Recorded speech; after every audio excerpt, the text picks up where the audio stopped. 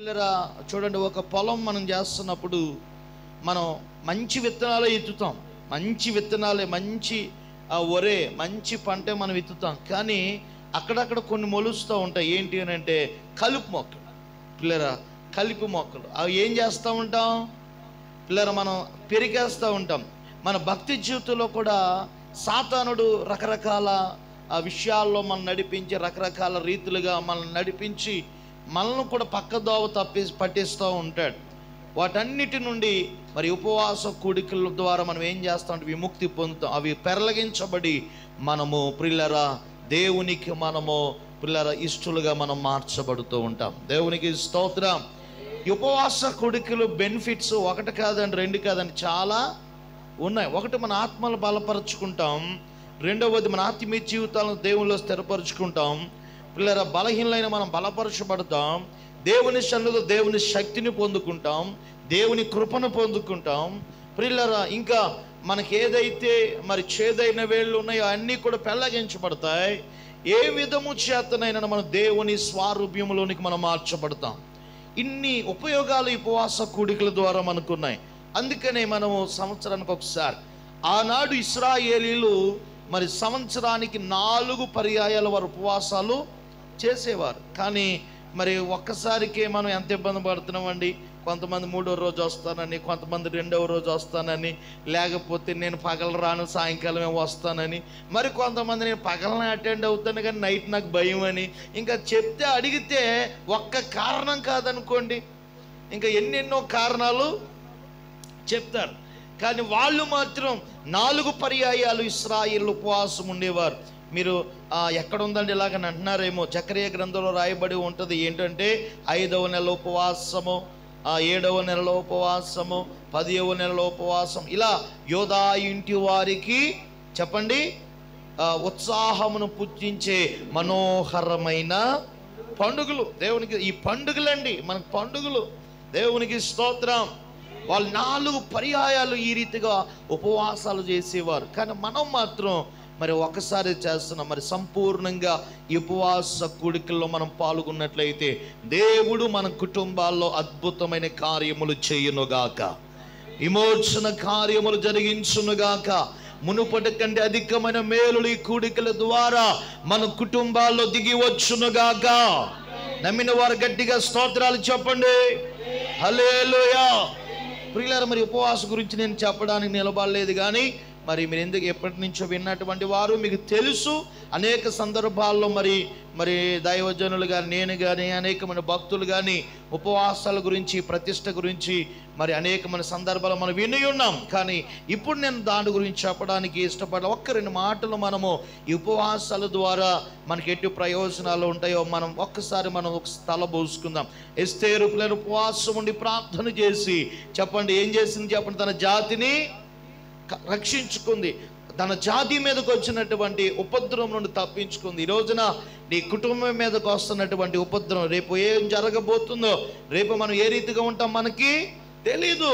కనుక మనం దేవుని యొక్క కనికరము, దేవుని కృప పొందుకునే నిమిత్తము మన ఉపవాసముని ప్రార్థించవలసిన వారమై ఉన్నాం. అందుకని ఏబేలు గ్రంథములో మన పాంప్లెట్లో కూడా అదే వాక్యం ఉంటుంది. మీరు ఎప్పుడైనా చదివారా? ఇలా ఎప్పుడు కూడా అదే వాక్యాన్ని మనం పెట్టుకుంటూ ఉంటాం. ఇప్పుడైనాను మీరు ఉపవాసం ఉండి కన్నీరు విడుచుచు రండి. ఇప్పుడైనా రండి, ఇప్పటికైనా ఏమి అయిపోలేదు, ఇప్పుడైనా రండి. ఎందుకనంటే మరి ఉపవాసమును ఇప్పుడైనా మీరు ప్రార్థన చేస్తే మన దేవుడు కరుణావాత్సల్యము గలవాడై మనల్ని విడిపిస్తాడు. దేవునికి స్తోత్రం. హల్లెలూయా. ఇప్పటికీ మించిపోయిందేమీ లేదు. ఈ సంవత్సరంలో గత సంవత్సరం ఉపవాస కూడికల్లోనూ పాల్గొన్నాం, దేవుని కృపను పొందుకున్నాం. నిన్ను అపవాదు ఏదో రీతిగా నిన్ను ఇబ్బంది పరచాలని, నిన్ను బాధపరచాలని వాడు చూస్తున్నాడు. వాడు శక్తి కృషించి దేవుని కృపలోని నీవు మరలా వర్ధిల్లాలంటే ఈ సంవత్సరం అలాగే వచ్చేసి మన బ్రతుకు దినములన్నీ మనం దేవుని పాదాలు పట్టుకుని దేవుని ఎదుట మనం గోజాడేవారిగా ఉండాలి. హల్లెలూయా. ఎందుకంటే మన బ్రతుకు కాలం అంతయు ఆయన దుడ్డు కర్రయు, ఆయన క్షేమం మనకి కావాలి. ఆమేన్. హల్లెలూయా. అందుచేత దైవజనులు ఒక ఉద్దేశముతో, ఒక భారముతో పిల్లలు ఈ కూడికలు ఏర్పాటు చేస్తూ ఉంటారు. ఈ కోటాలో మనం ఏం చేస్తామనంటే ప్రభుని స్తుతిస్తాం, పాడుతాం, కీర్తిస్తాం. దేవుని సన్నిధిలో మన ప్రత్యేకం మన యొక్క ఆ సమస్యల గురించి మనం ఏం చేస్తామంటే ప్రార్థన చేస్తాం. ఉపవాసమును సంఘమందరూ ఏకీభవించి దైవజనులతో. ప్రియమైన దేవుని బిడ్డలారా, ఇటు అవకాశం మనం మరొకసారి ఉంటుందండి. ఆదివారం ఆరాధనలో చేయగలుగుతామా? మనం చేయలేము. అందరూ కలిసి కొన్ని సమస్యల కొరకు ప్రార్థించగలమా? మనకంత టైం ఉండదు. ప్రియమైన దేవుని బిడ్డలారా, అది దేవుని ఘనపరిచే సమయం, దేవుని స్తుతించే సమయం. ఇది ఏమిటి అని అంటే ప్రత్యేకంగా దేవుని ఎదుట మన విచారణ చేసే సమయం. ఈ కూడికలు మనం దేవుని ఎదుట గోజాడుకునే సమయం. అందుకని ఒక దైవజనుడు ఒక ప్రత్యేకమైనటువంటి ఒక ఉద్దేశంతో సంఘ క్షేమము కొరకు ఇవి ఏర్పాటు చేస్తారు. ఇది అలవాటుతో ఆనవాటుతో జరిగేటువంటి కార్యక్రమాలు మాత్రం కాదు. దేవునికి స్తోత్రం. దీని వెనకాల ఒక ఉద్దేశం ఉంది. ఏంటి ఆ ఉద్దేశం అంటే, ఇలా సంఘము క్షేమముగా ఉండాలి, మన ప్రాంతము క్షేమముగా ఉండాలి, మన ప్రజలు క్షేమంగా ఉండాలి. ఈ రోజున ప్రియమైన దేవుని బిడ్డలు ఎస్తేరు ప్రార్థన చేయగా తన జాతి మీదకు వచ్చినటువంటి కీడు ఉపద్రవం ఆగింది. ఆ నినివే వారి ప్రార్థన చేయగా వారి మీదకు వచ్చినటువంటి ఉపద్రవం ఆగింది. కీడు తొలగించబడింది. కీడుకు బదులు వారు మేలు పొందుకున్నారు. ఈ రోజున ఈ కూడికల ద్వారా పిల్లర కీడుకు బదులుగా మేలును పొందుకుందుముగాక. సమస్యలకు పిల్లల బాధలకు ప్రతిగా పిల్లల ఆశీర్వాదమును అందుకుందుముగాక. హల్లెలూయా. ప్రియమైన దేవుని బిడ్డలారా, నిర్లక్ష్యం చేయొద్దు. రేపటి దినా నుంచి మనం సంపూర్ణంగా మన ప్రియులు మన సహోదరులు కూడా కలిసి మరి ప్రియులారా దేవుని సన్నిధిలో మనం కనిపెడదాం. ఈ 3 దినాలు మనల్ని మన కుటుంబాలను బలపరిచి స్థిరపరచునుగాక. ఈ దినమందు దేవుని వాక్యము నిమిత్తము మన కొరకు సిద్ధపరచబడినటువంటి పాఠ్య భాగం 2వ సమూయేలు గ్రంథము 3వ అధ్యాయం 1వ వచనం. ఈరోజు పిల్లలు ఈరోజు దేవుడు మీ కొరకు మనందరి కొరకు సిద్ధపరచబడినటువంటి దేవుని వాక్యం 2వ సమూయేలు గ్రంథం 3వ అధ్యాయము 1వ వచనం. సౌలు కుటుంబీకులకును దావీదు కుటుంబీకులకును బహుకాలము యుద్ధము జరగగా దావీదు అంతకంతకు వర్ధెలెను, ప్రబలెను. సౌలు కుటుంబము అంతకంతకు నేర్చెలెను. అందరూ చెప్పండి, దావీదు కుటుంబము అంతకంతకు ప్రబలెను, సౌలు కుటుంబము అంతకంతకు నేర్చెలెను. ఇక్కడ ప్రియమైన దేవుని సంగమా, ఇక్కడ 2 కుటుంబాలు మనకు కనిపిస్తున్నాయి. 2 కుటుంబాలు. ఇవి సాదాసీదా అయినటువంటి కుటుంబాలు కాదు. ఒక ప్రత్యేకమైనటువంటి మరి కుటుంబాలుగా పరిశుద్ధ గ్రంథములో మరి లిఖించబడ్డారు. అంత మాత్రమే కాదు, ఒక ప్రత్యేకమైన వ్యక్తులుగా పరిశుద్ధ గ్రంథంలో ఉన్నారు. ఎందుకనంటే ఇద్దరు రాజులే. ఇద్దరిని దేవుడు అభిషేకించాడు, ఇద్దరిని దేవుడు ఏర్పరచుకున్నాడు, ఇద్దరిని కూడా దేవుడు పిలుచుకున్నాడు. అయితే ఈ 2 కుటుంబాలు వర్ధిల్లాలి. కానీ ఒక కుటుంబం వర్ధిల్లింది, ఒక కుటుంబం నేర్చుకుంది. దేవునికి స్తోత్రం. ఒకసారి మీరు గమనించాలి, ఈ వచనంలో ఎవరి పేరు ముందు రాయబడింది? సౌలు గారి పేరు. ఎవరి పేరు ముందు రాయబడింది? సౌలు గారి పేరు. అంతేకాదు, ఈ వచనములో ఆయన పేరు ముందు రాయబడమే కాదు, పిల్లల సీనియర్ కూడా ఎవరనంటే ఆయనే సీనియర్. దేవునికి స్తోత్రం. దావీదేది వెనకాల వచ్చాడు. ఏమండి, అసలు నేను అంటాను, అసలు సౌలే కరెక్ట్గా ఉంటే అసలు దావీదుతో దేవునికి పని లేదు. దేవునికి స్తోత్రం. హల్లెలూయా. పిల్లరా, ఏ విధము చేతనైనను వారు దేవుని చేత ఎన్నిక చేయబడిన వారు, దేవుని చేత ఏర్పరచబడిన వారు. ఒక రకంగా చెప్పాలంటే దేవునిలో మనకు సీనియారిటీతో ఏమీ పని లేదు, కానీ మనకు సిన్సియారిటీతోనే దేవునికి పని. దేవునికి స్తోత్రం. మన వయసు ఎంత, మన సమయం ఎంత, పిల్లల మన ఎక్స్పీరియన్స్ ఎంత దేవునికి అక్కర్లేదు. మన దేవుని ఎదుట మన యథార్థంగా ఉంటే చాలు, మనం దేవుని ఎదుట గొప్పవాళ్ళం. దేవునికి స్తోత్రం. ఇక్కడ ఇశ్రాయేలుకు మొట్టమొదటి రాజుగా సౌలు ఉన్నాడు. తర్వాత మరి ఆయన దేవుడు తప్పించి ప్రియులరా దావీదును దేవుడు ఏర్పాటు చేసుకున్నాడు. అయితే ఇదంతా మనకు తెలిసినటువంటి చరిత్ర. అయితే అన్నీ కూడా మనం ఈరోజు అనాలిసిస్ చేయలేము, మనకు టైం సరిపోదు. కానీ ఈరోజు మీకు చెప్పవలసినటువంటి కొన్ని విషయాలు నా మనసులో దేవుడు పెట్టిన విషయాలు మీకు చెప్తాను. ఈ 2 కుటుంబాల్లో ఒక కుటుంబం నేర్చెలిపోయింది. సౌలు కుటుంబం నేర్చలిపోయింది. దావీదు కుటుంబం ఏమైంది? అంతకంతకు వర్ధిల్లింది, అంతకంతకు పిల్లరా ఎదిగింది, ప్రబలింది. ప్రియమైన దేవుని బిడ్డలారా, అసలు దావీదు ఎవరు అని అంటే, దావీదు ఒక గొర్రెల కాపరి. తన తండ్రి అయిన యెషయాకు 8 మంది సంతానములో కనిష్ఠుడు. నిజంగా తండ్రి దృష్టిలో ఏమాత్రము కూడా, తల్లిదండ్రుల దృష్టిలో కానీ, అన్నదమ్ముల దృష్టిలో కానీ, బంధువుల దృష్టిలో కానీ ఏమాత్రము కూడా లెక్కలో లేనోడు. అందుకే సమయాలు వచ్చినప్పుడు, మీ కుమారులో ఒకరిని దేవుడు అభిషేకించమన్నాడయ్యా, అందుకే వచ్చాను రా, పంపించి నీ కొడుకులనంటే ఒక్కొక్కరిని పంపించాడు. 7గురిని. దేవుడు ఈడి కాదు అని తీసేటప్పటికి, అయ్యా ఇంకా ఎవడైనా ఉన్నాడా అని అంటే ఆయన ఏమన్నాడో తెలుసా? ఉన్నాడు కానీ అతడు దేనికి పనికిరాడు. దేవునికి స్తోత్రం. అంటే మనకు అర్థమైపోతున్న మాటను బట్టి అతడు ఏ ఎన్నిక లేనివాడు. కానీ దేవుడు అటువంటి వ్యక్తిని తీసుకుని వచ్చి ఎక్కడ పెట్టాడు అని అంటే, ఇశ్రాయేలుకు రాజుగా దేవుడు నియమించాడు. ఈ రోజున అంచులంచులుగా దావీదును వర్ధిల్లింపచేశాడు. ఈ రోజు నీ పరిస్థితులను చూసి నీవు కూడా బాధ నొందుతున్నావేమో. అయ్యో, నువ్వు చేసిన వృత్తిని బట్టి నాకు చిన్న ఉద్యోగం, నాకు చిన్న పని, నాది చిన్న వ్యాపారం, నా ఆదాయం తక్కువ, నాది చిన్న కుటుంబం, నాకెవరూ లేరు, నేను ఒంటరి వాడిని, నాకు అడ్డుపడేవారు లేరు, మాది చిన్న బ్రతుకు, మాది చిన్న ఇల్లు అని నువ్వు మదన పడుతున్నావేమో. ఈ రోజున దేవుణ్ణి నువ్వు వృద్ధి చేస్తే, దేవునిని ఆశీర్వదిస్తే ఇవేమి దేవుని కడ్డు కాదు. దేవునికి స్తోత్ర. ప్రియమైన దేవునికి పిల్లల గొర్రెల కాపర్ని కూడా, పిల్లల ఇంట్లోనే లెక్కలేని వాడిని కూడా ప్రియమైన దేవుని రాజుని చేసినప్పుడు మన పరిస్థితులు దేవుడు మార్చలేడండి, మన స్థితులను మార్చలేడండి, మన గతిలో మార్చలేడండి, మన దశలో మార్చలేడండి. ప్రియమైన దేవుని బిడ్డలారా, ఈ ఉపవాస కూడికల మొదటి దినమున దావీదును వృద్ధి చేస్తున్నట్లుగా నిన్ను కూడా నా దేవుడు వృద్ధి చేయాలనుకుంటున్నాడు. హల్లెలూయా. మరి దావీదు ఎలా వృద్ధి చెందాడండి? సౌలు ఎందుకు నేర్చలిపోయాడు? దావీదు ఎలా వృద్ధి చెందాడు అని అంటే, ప్రియులారా, సౌలులో లేనివి దావీదులో ఉన్నాయి. దేవునికి స్తోత్రం. అర్థమైందండి? సౌలులో లేనివి దావీదులో ఉన్నాయి, దావీదులో ఉన్నవి చెప్పండి సౌలులో లేవు. ఇప్పుడు అయితే అటైనా చదువుకుంటే అర్థమైపోద్ది, ఇటైనా చదువుకుంటే మనకు అర్థమైపోద్ది. ఇప్పుడు దావీదులో ఏ లక్షణాలుంటే పిల్లలు దావీదును కుటుంబాన్ని వృద్ధి చేశాడు అన్న విషయాలు మనం చదువుకుంటే ఆటోమేటిక్గా అవి సౌలులో లేవు. కాబట్టే అతని కుటుంబం ఏమైపోయింది? నేర్చెలిపోయిందని మనం ఈజీగా అర్థం చేసుకోవచ్చు. మనకి 2 పిల్లలు ఉన్నారు, 2 స్కూల్కి వెళ్తున్నారు.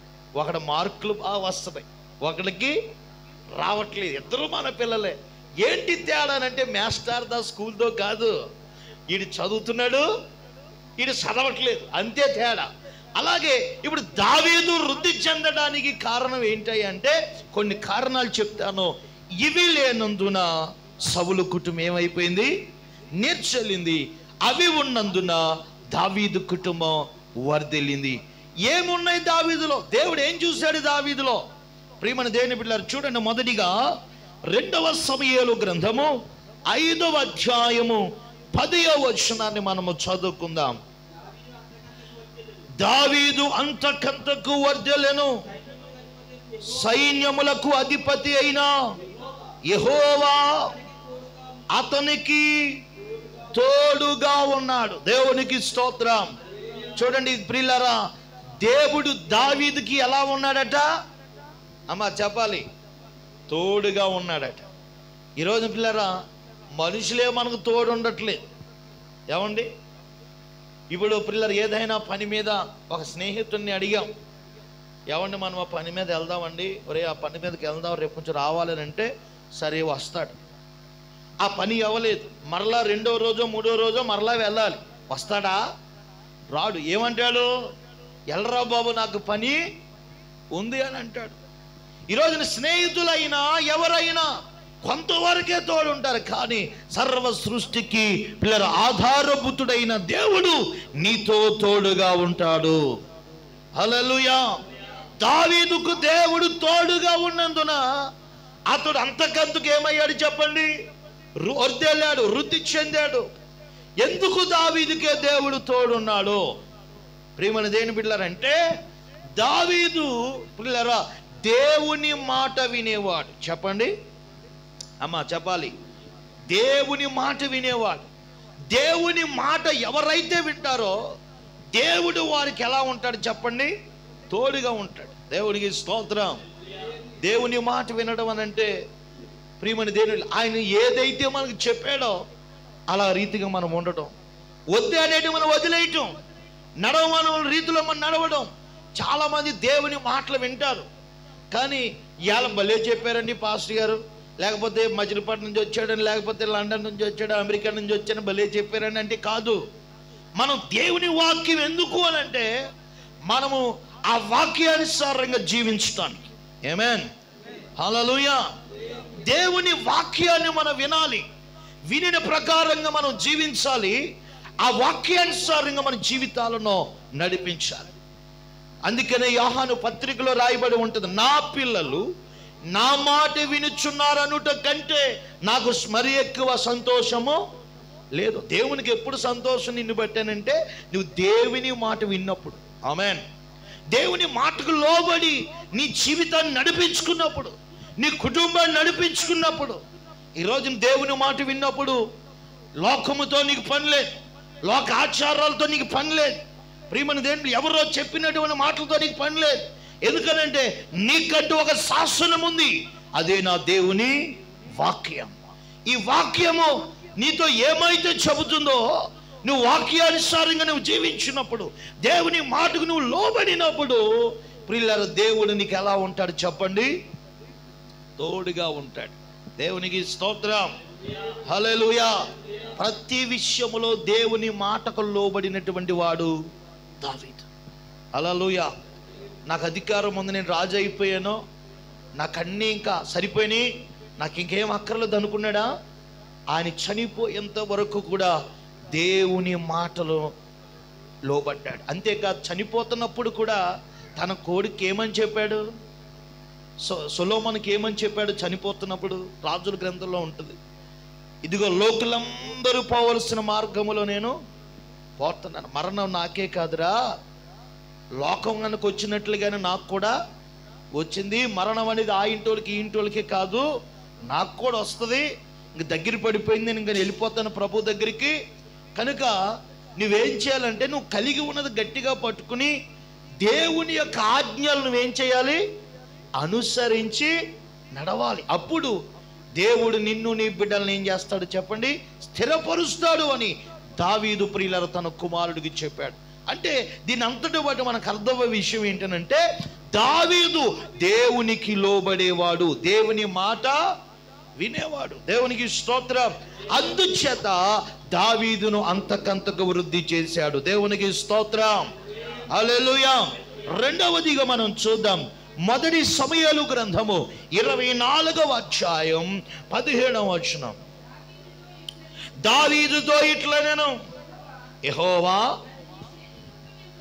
నన్ను నీ చేతికి అప్పగించగా నన్ను చంపక విడిచినందుకు ఈ దినమున నీవు అపకారమునకు ఉపకారము చేసిన వాడు అయితివి. నా ఎడల నీకున్న ఉపకార బుద్ధిని వెల్లడి చేసిదివని గట్టిగా స్తోత్రం చెప్పండి. హల్లెలూయా. ప్రియులారా చూడండి, దావీదు ఏ బుద్ధి కలిగిన వాడు చెప్పండి, చెప్పాలి. ఏ బుద్ధి కలిగిన వాడు? ఉపకార బుద్ధి. ఈరోజు ప్రియులారా మనం ఉపకార బుద్ధిని కలిగి ఉండాలి. ఈరోజు మీకు చెప్తాను, జాగ్రత్తగా వినండి. అసలు ఇక్కడ జరిగినటువంటి సన్నివేశం మరి మీకు అర్థమైందో లేదో నాకు తెలియదు, కానీ పోనీ వినండి. సౌలు ఫిలిస్తీన్లు తరవలసినటువంటి సౌలు శత్రువులైన ఫిలిస్తీన్లు పిల్లరా తరవలసినటువంటి సౌలు ఎవరిని తరుగుతున్నాడు అని అంటే దావీదును తరుముతున్నాడు. దేవునికి స్తోత్రం, హల్లెలూయా. ఎందుకు తరుముతున్నాడంటే దావీదు యొక్క ఎదుగుదల వారవలేకపోతున్నాడు. ఎవరో సౌలు. చాలామంది ఎదుగుతూ ఉంటే చాలామంది వారం లేని వారుగా ఉంటారు. ఒక మాట చెప్పనండి, నువ్వు ఏడ్చే కొలదిగా ఎదుగుతూ ఉంటారు.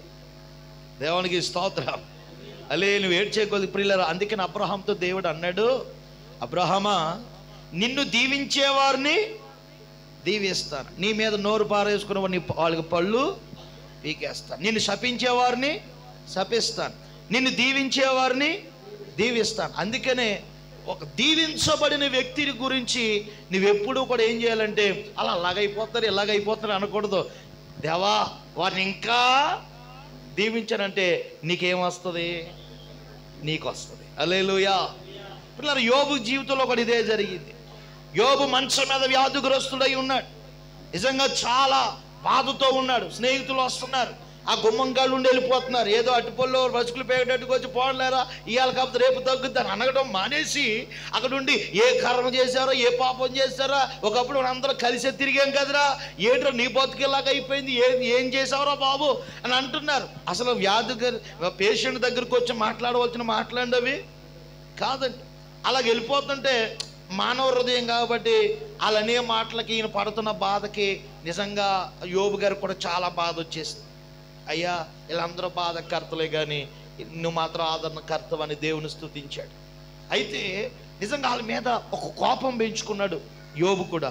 అప్పుడు దేవుడు అన్నాడు, వాళ్ళ మీద నువ్వు కోపం పెంచుకోవటం కాదు, వాళ్ళ కొరకు నువ్వు ప్రార్థన చేస్తే నీకేమొస్తుంది? తిరిగి క్షేమస్థితి వస్తుంది. దేవునికి స్తోత్రం, హల్లెలూయా. ఇది అసలు మన ఆశీర్వాదానికి ఉన్న సీక్రెట్. దేవునికి స్తోత్రం. అందుకని ప్రియమైన దేవుని బిడ్డలారా, అందుకని ఋతు గ్రంథంలో చెప్పిన బోయాజు మిమ్మల్ని దీవించునుగా కానంటే ఆ తోటలో ఆ పొలంలో ఉన్న వారందరూ కూడా ఏమంటున్నారు? ప్రభు యెహోవా మిమ్ములు కూడా ఆశీర్వదించునుగా. హల్లెలూయా. మనం ఎప్పుడు కూడా దీవించుకోవాలండి, ఆశీర్వదించుకోవాలండి. అంతేగాని అయ్యో పాస్టర్ గారు ఏంటి మధ్యలో లగెదిగిపోతున్నాడో, లేకపోతే సువార్తకేంటి లగెదిగిపోతున్నా అంటే తప్పు. ఎందుకంటే దేవుడు వారిని ఆశీర్వదిస్తున్నాడు కాబట్టి నువ్వు కూడా ఏం చేయాలి? ఆశీర్వదించాలి, దీవించాలి. అప్పుడు నిన్ను కూడా దీవిస్తాడు. గట్టిగా స్తోత్రం చెప్పండి, హల్లెలూయా. ప్రియమైన దేవుని బిడ్డలారా, ఇక్కడ దావీదు వృద్ధి చెందడం సౌలుకి నచ్చట్లేదు. దావీదు ఎదగడం సౌలుకి నచ్చట్లేదు. శత్రువులతో యుద్ధం చేయవలసినటువంటి సౌలు దావీదుతో చేస్తున్నాడు. శత్రువులు తరవలసినటువంటి సౌలు వీళ్ళ దావీదును తరుముతున్నాడు. ఒక రోజున ప్రియులారా పరిగెట్టి దావీదుకు ఓపిక తగ్గిపోయి ఏదో గుహ ఉంటే ఆ గుహలో దాక్కున్న తర్వాత ఆయన కూడా ఓపిక తగ్గిపోయింది. ఎవరికే? సౌలు గారికి. పరిగెట్టి నా వల్ల కాదురా బాబు, ఇటు దొరకట్లేదురా అనుకుని ఏం చేశాడంటే వచ్చి ఆ గుహ దగ్గర ఏం చేశాడు చెప్పండి? అలా బండ మీద పడుకుని పోయాడు. మొత్తం మీద దావీదు గారు అది ఎక్కడ ఉన్నాడా, ఎటువైపు పరిగెడుతున్నాడని ఈ గుమ్మం గడికి వచ్చి చూస్తున్నాడా, పక్కకు వచ్చి చూస్తుంటే ఎక్కడో లేడు, గుహ పక్కనే ఉన్నాడు. వెళ్ళాడు, అమ్మ ఇప్పుడు చూస్తే నన్ను చంపేస్తాడు. చంపటం కాదు కదా, వాడి నిర్జీవమైన శవంలో పడి ఉన్నాడు, పడుకుని పోయాడు, మంచి గాఢ నిద్రలో ఉన్నాడు. వెంటనే దావీదు సమీపించి ఆ వస్త్రాన్ని కోసి సౌలా లే, నిశ్చయముగా ఈరోజు నీ ప్రాణాన్ని నా దేవుడు నా చేతికి అప్పగించాడు. కానీ నీవు అభిషేకించబడిన వాడమని నీ అపకారము నీకు చేయట్లేదయ్యా, ఎందుకంటే నువ్వు దేవుని చేత ప్రతిష్ఠ చేయబడిన వాడివి, అందుకని నీ అపకారం నీకు చేయాలనుకోవట్లేదు అని అంటే అప్పుడు సౌలు అంటున్నాడు, అయ్యా నీది ఎంత పెద్ద మనసు, అపకారము చేసే నాకు కూడా నీవేం చేస్తున్నావు? ఉపకారం చేస్తున్నావు. నీ ఉపకార బుద్ధిని వెల్లడిపరుస్తున్నావు, నువ్వు ఎంత గొప్పవాడవయ్యని సౌలు దావీదుతో అంటున్నాడు. ఇప్పుడు దావీదును దేవుడు వృద్ధి చేయడానికి గల కారణం ఏంటంటే, రెండవ లక్షణం ఏంటంటే దావీదు ఉపకార బుద్ధిని కలిగి ఉన్నవాడు. ఇప్పుడు మీకు ఒక్క పాయింట్ చెప్తాను ప్రియమైన దేవుని బిడ్డలారా, దావీదు అపకారికి కూడా ఏం చేస్తున్నాడు? మరి ఉపకారం చేసిన వాళ్ళకి మన ప్రత్యుపకారము చేయాలి. దేవునికి స్తోత్రం. అసలు అపకారికే ఉపకారం చేయమని దేవుని వాక్యం చెప్తుంటే, ఉపకారం చేసేటువంటి వారికి మనము మరింత ఎక్కువ దాన్ని ఏమంటారంటే ప్రత్యుపకారం మనము చేయాలి. దేవునికి స్తోత్రం. ఈ రోజున దేవుని వాక్యం చెప్తుంది, ఈ రోజున దేవుని ఎదుట నువ్వు ఎన్నో ఉపకారాలు పొందుకున్నావు, ఎన్నో మేలులు పొందుకున్నావు, దేవుని కొరకు దేవునిలో ఎన్నో అనుభవించావు. దేవుని మందిరములో ఇదే స్థలములో ఎంతో దుఃఖముతో వచ్చినప్పుడు, ఎన్నో వేదనతో వచ్చినప్పుడు నీవు నీ కుటుంబాలు ఇదే స్థలములో ఎన్నో ఉపకారాలు పొందారు. మీ కన్నీరు తొలగబడింది, మీ వేదన తొలగించబడింది, పరిస్థితులు మారాయి, శాపము కొట్టబడింది, దేవుని కృప మీకు దిగి వచ్చింది. ఇటువంటి ప్రియులారా, ఈ మందిరమునకు ఇటు దేవునికి మనం ఏం చేయాలి అని అంటే ప్రత్యుపకారము చేయాలి. హల్లెలూయా, హల్లెలూయా. ఒకసారి మనం ఫ్లాష్ బ్యాక్ వెళ్దాం, ఒకసారి మనం వెనక్కి వెళ్దాం. ఒకప్పుడు మన పరిస్థితులు ఏంటి? దిశ నిర్దేశ లేనప్పుడు, అయ్యా నా పరిస్థితి ఇది అని దేవుని ఎదుట మనం అడిగినప్పుడు ఎన్ని ద్వారాలు తెరిచాడు మనకి, గమ్యము లేని మనకి గమ్యాన్ని చూపించాడు, ఏ దారి లేని మనకు దారి చూపించాడు. ఎన్నో పరిస్థితుల్లో మనం దేవుని ఎదుట అంగలార్చినప్పుడు ఇదే స్థలములో ఎంతగా మనం దేవుని కృపను పొందుకున్నాం. స్తోత్రం చెప్పండి, హల్లెలూయా. ఇట్టి దేవునికి, ఇట్టి పరిచర్యకు, ఇట్టి మందిరమునికి మనం ఏం చేయాలి? ఉపకారం, ప్రత్యుపకారము చేయాలి. దేవునికి స్తోత్రం. దావీదు అంటారు, వేలాది దూడలనా, వేలాది పొట్టేలనా, వేలాది దూడలనా, వేలాది పొట్టేలనా, నీవు చేసిన ఉపకారములకు నేనేమి చెల్లింతును? వేలాది నదులంత విస్తార తైలము నీకిచ్చిన చాలునా, వేలాది నదులంత నీకిచ్చిన చాలునా, గర్భఫలమైన నా జ్యేష్ఠ పుత్రుని నీకిచ్చిన చాలునా, దేవునికి స్తోత్రం.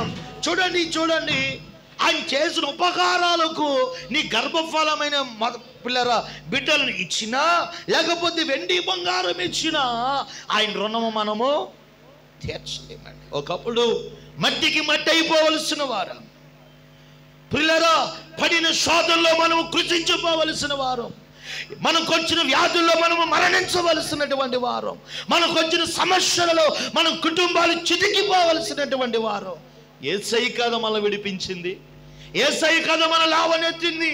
మన ప్రార్థన విని, మన మనవిని విని, అయ్యో మన వేదనను చూసి, బిడా కంగారు పడుకు నేనున్నాను అని ఆయన కదా మన బలపరిచింది. ఆమేన్, హల్లెలూయా. ఆయన కదా నీకు ఇచ్చిన ఈ సమృద్ధి, ఆయన కదా నీకు ఇచ్చిన ఆరోగ్యం. దేవుడు ఇన్ని మేలులు చేశాడు మనకి, హల్లెలూయా. ఇన్ని ఉపకారాలు చేశాడు మనకి. మరి ఆయన చేసిన ఉపకారాలకు మనం ఏం చేయాలి? ప్రత్యుపకారం చేయాలి. హల్లెలూయా. అయ్యా నువ్వు నాకు చేసిన మేలు గొప్పవి, నేను నీ కొరకే బ్రతుకుతాను, నాయనా నీ కొరకే జీవిస్తాను, అనేకులను నీ కొరకు నేను సమకూరుస్తాను. హల్లెలూయా. అనేకులు నీ వద్దకు నడిపిస్తా, నేను పొందుకున్నటువంటి మేలులు అనేకులను ప్రచురము చేస్తానని నువ్వు దేవుని గురించి నువ్వు సాక్ష్యం ఇవ్వాలి, దేవుని గురించి నువ్వు చెప్పాలి, దేవుని గురించి వాళ్ళకి అందరికీ నువ్వు పరిచయం చేయాలి. అంతేకాదు నీవు మేలు పొందిన ఈ మందిరములో, ఇదే స్థలములో పిల్లరా అనేకులు దుఃఖముల, వ్యాధుల, బాధల, సమస్యలు ఉన్నటువంటి వారికి నీవు తెలియపరిచి వాని ప్రభు యొద్దకు నడిపించాలి. నీవు సంఘానికి, దేవునికి ఏం చేయాలి అని అంటే ప్రత్యుపకారము చేయాలి. ఈ రోజున ఉపకారానికి బదులు ఈ రోజున మనుషులు ఏం చేస్తున్నారంటే పొందుకున్నవన్నీ పొందుకున్న తర్వాత అపకారం చేస్తున్నారు. నేను చెప్తున్నాను, ఎవ్వరు ఎక్కడికి వెళ్ళిపోరు. భూమి ఆకాశములు సృజించిన దేవుడు ఉన్నాడు ప్రియులారా. ఆయన నీతిని న్యాయము తప్పే దేవుడు కాదు. దేవునికి స్తోత్రం, హల్లెలూయా. కృతజ్ఞత మనకు లేకపోతే, దేవుడు చేసిన ఉపకారాలకు మనము ప్రత్యుపకారము చేయకపోతే, ఎక్కడ ప్రారంభించబడ్డామో తిరిగి మరల అక్కడికే వస్తాం. నా దేవుడు నువ్వు ప్రారంభించబడిన స్థలానికి రావడానికి నిన్ను దేవుడు పిలవలా, ఉన్నతమైన శిఖరాలకు ఎక్కించడానికి దేవుడు నిన్ను పిలిచాడు. అందుకే పేతురు రాసిన పత్రిక రాయబడి ఉంటుంది, ఆశీర్వాదములకు వారసులగుటకు మీరు పిలువబడ్డారు. మిమ్మల్ని పిలిచిన దేవుడు నమ్మదగిన దేవుడు. ఈరోజు ప్రియులారా, ఎన్నో కుటుంబాలు ఎలా ప్రారంభించబడ్డాయో మళ్ళా మొదటి స్థితికి వచ్చేస్తున్నాయి. కారణం ఏంటంటే పొందిన ఉపకారాలకు ఏం చూపలేకపోతున్నారు, వాళ్ళు ప్రత్యుపకారము చూపలేకపోతున్నారు. వెండి మనకే వస్తుంది, బంగారం మనకే వస్తుంది, మన దేవుని బిడ్డల ధనము మనకే వస్తుంది, ఆస్తి మనకే వస్తుంది, మంచి ఇల్లు మనమే కట్టుకుంటాం, మంచి కారు మనమే కొనుక్కుంటాం, మంచి పొలం మనమే కొనుక్కుంటాం, మంచి బట్టలు మనమే కట్టుకుంటాం. దేవుడు అన్నాడు, నా పిల్లలు వృద్ధి చెందడం నాకు సంతోషం అన్నాడు. హల్లెలూయా. ఈరోజు ప్రియమైన దేవుని బిడ్డలారా, ఒక మంచి ఇల్లు కట్టుకోవాలన్న దేవుని ఉద్దేశం. ఈ రోజున భూఫలాలతో ఉండాలన్న దేవుని ఉద్దేశం. ఈ రోజు ఒక మంచి బిడ్డలతో గర్భఫలాలతో ఉండాలని నా దేవుని ఉద్దేశం. ఈ రోజున ఒకప్పుడు పిల్లలు చిరిగిపోయిన బట్టలు వేసుకున్నాం, ఈరోజు ఒక మంచి బట్టలు కట్టుకోవాలన్న దేవుని ఉద్దేశం. ఒకప్పుడు మనం పూర్వ గుడిసెల్లో ఉన్నాం, ఈరోజు ఒక ఉన్నతమైన ఒక మంచి ఇంట్లో ఉండాలన్న దేవుని ఉద్దేశం. ఇర్మియా గ్రంథంలో రాయబడి ఉంటుంది, ఇల్లు కట్టుకోండి, పొలాలు నాటుకోండి, మీ బిడ్డలు కనండి, మీ బిడ్డలు వివాహాలు చేయండి. అంతేకాదు మీరు బిడ్డలను కనండి. హల్లెలూయా. ఇవన్నీ మనం చేయడం దేవునికి సంతోషం అండి. కానీ వీటిని బట్టి మనం చెడిపోవాలని దేవుని ఉద్దేశము కాదు. దేవునికి స్తోత్రం కలుగును గాక. హల్లెలూయా, హల్లెలూయా. అసలు ఆలోచనలో ఈ ఊహల్లో ఉండడానికి వీళ్ళే. హల్లెలూయా. ఈరోజు ప్రియుల దేవుడు మనకి చేసిన ఉపకారాలకు బదులుగా చెప్పండి, మనం ఏం చేయాలి? దేవునికి ప్రత్యుపకారం చేయాలి. బ్రతుకు కాలమంతయు పిల్లరా సంఘానికి మనం ఉపకారం చేయాలి, దేవునికి ఉపకారం చేయాలి. హల్లెలూయా. నువ్వు బ్రతికి ఉన్నావు అని అంటే ఆయన చేసిన ఉపకారాలకు బదులుగా నువ్వు దేవునికి ఉపకారం చేయాలా, అపకారం చేయకూడదు. ఇస్కరియోతును దేవుడు పిలిచాడు, శిష్యులందరిని దేవుడు పిలిచాడు. నేను కూడా నీ ఉంటానన్నాడు. వచ్చాడు ఇస్కరియోతు యోధ. వాళ్ళందరినీ దేవుడు నడిపిస్తున్నాడు. ప్రియమైన దేవుని బిడ్డలారా, అప్పటికి అన్నారు శిష్యులు, అయ్యా ఇతను కరెక్ట్ కాదయ్యా. లేదు, నా యొద్దకు వచ్చిన వారు ఎవరైనా నా పోలికలో మార్చబడతారు, డోంట్ వరీ అన్నాడు. ప్రియమైన దేవుని బిడ్డలారా, దేవునిలో నడుస్తున్నాడు, దేవుని కృపను పొందుతున్నాడు, దేవునితో సహవాసం చేస్తున్నాడు. కానీ ఒక రోజున అదే ప్రభుని తీసుకెళ్లి శత్రువుకు అప్పగించాడండి. అమ్ముడైపోయాడు. వాళ్ళందరూ దేవుని పనిలో దేవునిలో వారు నిమగ్నమై ఉంటే ఈయన ఈ పనిలో నిమగ్నమయ్యాడు. అంటే యోధా ఇస్కరియోతుకు ఏమి లేదు, కృతజ్ఞత బుద్ధి, ఉపకారం. అయ్యో దేవుడు నన్ను పిలిచాడా, దేవుడు నన్ను పిలిచాడు కదా, దేవుడు నన్ను ఏర్పరచుకున్నాడు కదా, అయ్యో ఇట్టి జీవితం ఇచ్చాడు, ఇట్టి భాగ్యం ఇచ్చాడు కదా, ఇంక బ్రతికేదేముంది, ఆయన కొరకు బ్రతకాలి కదా. అయ్యో నా సహోదరులు ఎలా బ్రతుకుతున్నారు, నా బ్రతుకు ఎలా ఉంది, అయ్యో ఏ యోగ్యత లేని నన్ను పిలుచుకున్నాడు. నిజంగా ప్రాంతంలో నా సాక్ష్యం మంచిది కాదు, నా బ్రతుకు మంచిది కాదు, అయినా దేవుడు అదేమీ చూడలేదు. హల్లెలూయా. దేవుడు నిన్ను పిలవడానికి ఈరోజు నీలో ఏదైనా అర్హత చూసాడా? నీకు అది ఉంది ఇది ఉందని అడిగాడా? ఆయన ఎందుకు వచ్చాడో తెలుసు, నశించడాన్ని వెతక రక్షించడానికి వచ్చాడు. మనం నశించిపోతుండగా ప్రభు దగ్గరికి రాగా మనం వెతక రక్షించాడు యేసయ్య. ఎంత ఉపకారం చేశాడండి ఆయన. యోధా ఇస్కరియోతు కూడా ఎంత ఉపకారం చేశాడండి. అది నిలబెట్టుకోకుండా దేవునికి అపకారం చేశాడు. 30 వెండి నాణాలకి అమ్మేశాడు. 30 వెండి నాణాలు అనుభవించాడా? ప్రియులారా, నెమ్మది లేక, సమాధానము లేక, డబ్బే శాశ్వతం అనుకున్నాడు, లేకపోతే వీళ్ళుంటే సరిపోద్దు అనుకున్నాడు. నాకు దేవునితో సంఘముతో నాకు శిష్యులతో పని లేదు, నాకు వీళ్ళుంటే చాలనుకున్నాడు. ఎవరు ఉన్నా, డబ్బు ఉన్నా ఆయనకి నెమ్మది లేక, సమాధానం లేక అదే వెండి నాళాలు దేవాలయంలో చల్లేసి ఉరి పెట్టుకుని చనిపోయాడండి. హల్లెలూయా.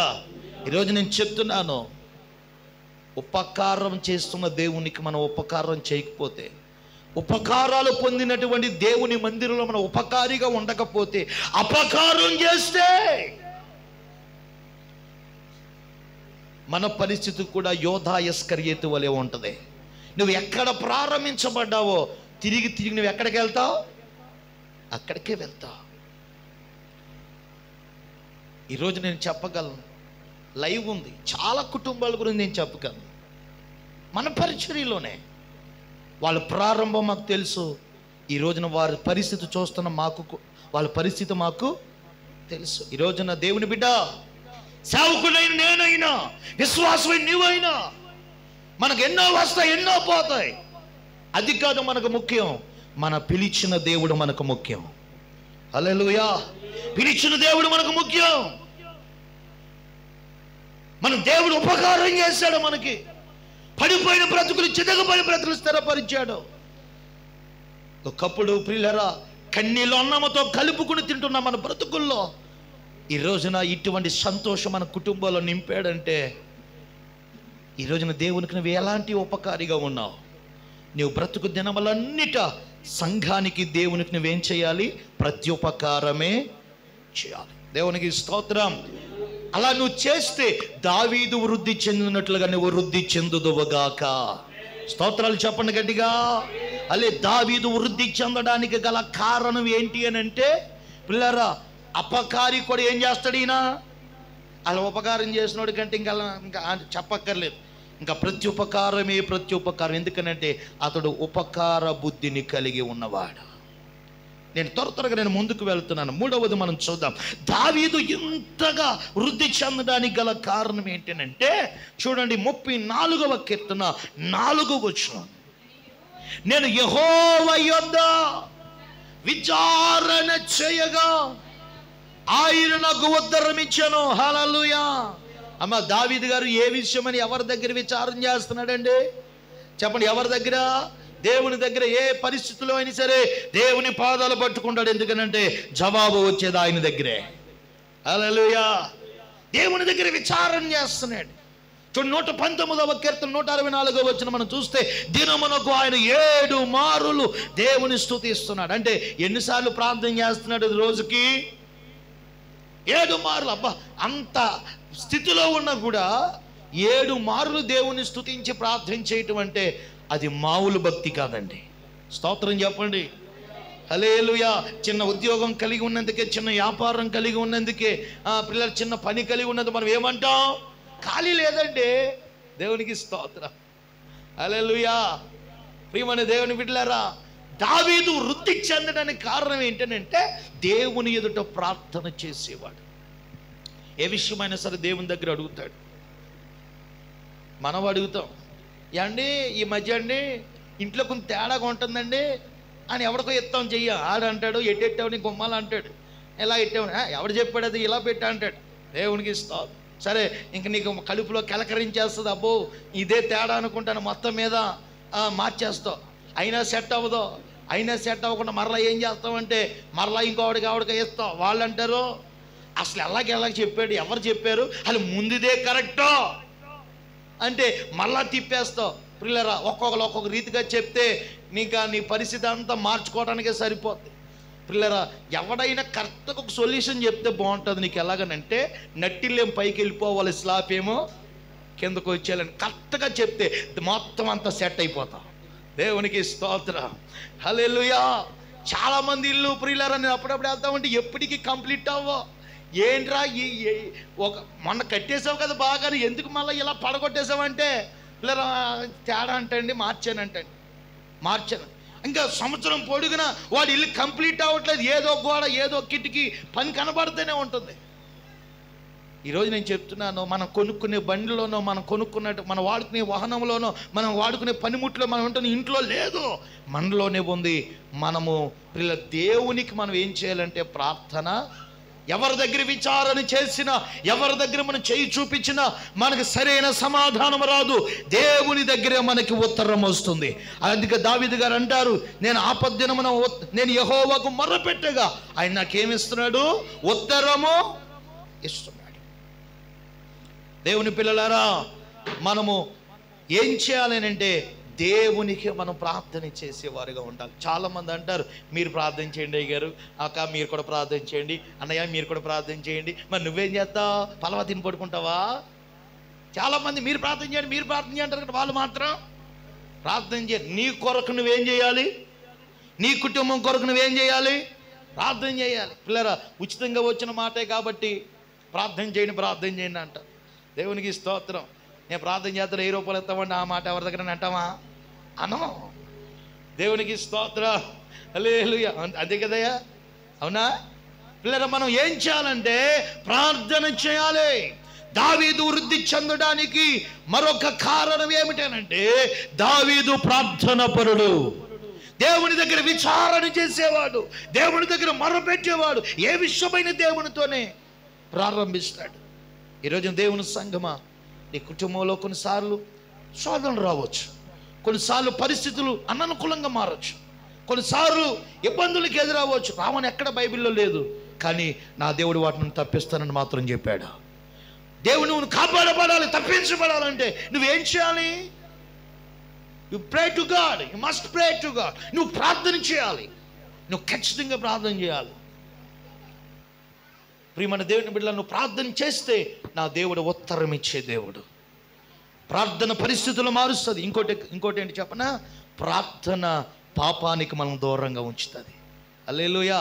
ప్రార్థన చేసేవాడు పాపం చేయలేడు, పాపం చేసేవాడు ప్రార్థన చేయలేడు. అది ఇది చేస్తున్నట్టు మనిషే కాదు. దేవునికి స్తోత్రం. ఇదే సూత్రం. ప్రార్థన చేసేవాడు పాపం చేయడండి ఎక్కడ. అర్థమైందా? పాపం చేసేవాడు ప్రార్థన చేయరా అన్నవాడు చచ్చినా చేయడు. హల్లెలూయా. ప్రార్థన మన పరిశుద్ధంగా ఉంచుతుంది, ప్రార్థన పరిస్థితులు మారుస్తుంది, ప్రార్థన ద్వారాలు తెరుస్తుంది, పరల సంబంధమైన ప్రతి ఆశీర్వాదము మనకు స్వంతం చేస్తుంది. గట్టిగా స్తోత్రాలు చెప్పండి. హల్లెలూయా. దావీదులో ఉన్నటువంటి ఒక మంచి లక్షణం ఏంటంటే ప్రార్థన పరుడు. ఆమేన్. ప్రార్థన పరుడు. నేను ముందుకు వెళ్తున్నాను. 4వ విషయాన్ని మనం చూద్దాం. 139వ కీర్తన 2-3 వచనాలు ఒకసారి చూద్దాం. యెహోవా, నువ్వు పరిశోధించి తెలుసుకొని ఉన్నావు. నేను కూర్చుండుట, నేను లేచుట నీకు తెలియను. దేవునికి స్తోత్రం. దేవుని పిల్లలారు జాగ్రత్తగా వినండి. ఇక్కడ దావీదు గారు అంటున్నారు, నేను కూర్చునుట లేచుట నువ్వేం చేస్తున్నావయ్యా? పరిశోధించి తెలుసుకుంటున్నావు. ఈరోజు దేవుని బిడ్డలారా, దేవుడు చూస్తున్నాడు అని, దేవుడు గమనిస్తున్నాడు అని పిల్లరా, దేవుని ఎదుట మంచి ప్రవర్తన కలిగి నడిచినటువంటి వాడు దావీదు. దేవునికి స్తోత్రం. చెప్పాలి. ఆయన ఏం కలిగి నడుస్తున్నాడు? దేవుడు నన్ను చూస్తున్నాడు, దేవుడు నన్ను చూస్తున్నాడు, నా క్రియలకు ప్రతిఫలం ఇస్తాడు. నేను కూర్చుంటుడు ఆయన తెలుసు, నుంచుడు తెలుసు, నడుచుడు తెలుసు, పరిణుడు తెలుసు. అంతేకాదు కింద రాయబడి ఉంటుంది, నా తలలో తలంపు పుట్టక మునిపే నువ్వు ఎరిగి ఉన్నావయ్యా. ఇట్టి దేవుని ఎదుట ఆయన ఎలా జీవిస్తున్నాడంటే మంచి ప్రవర్తన కలిగి ఉన్నాడు.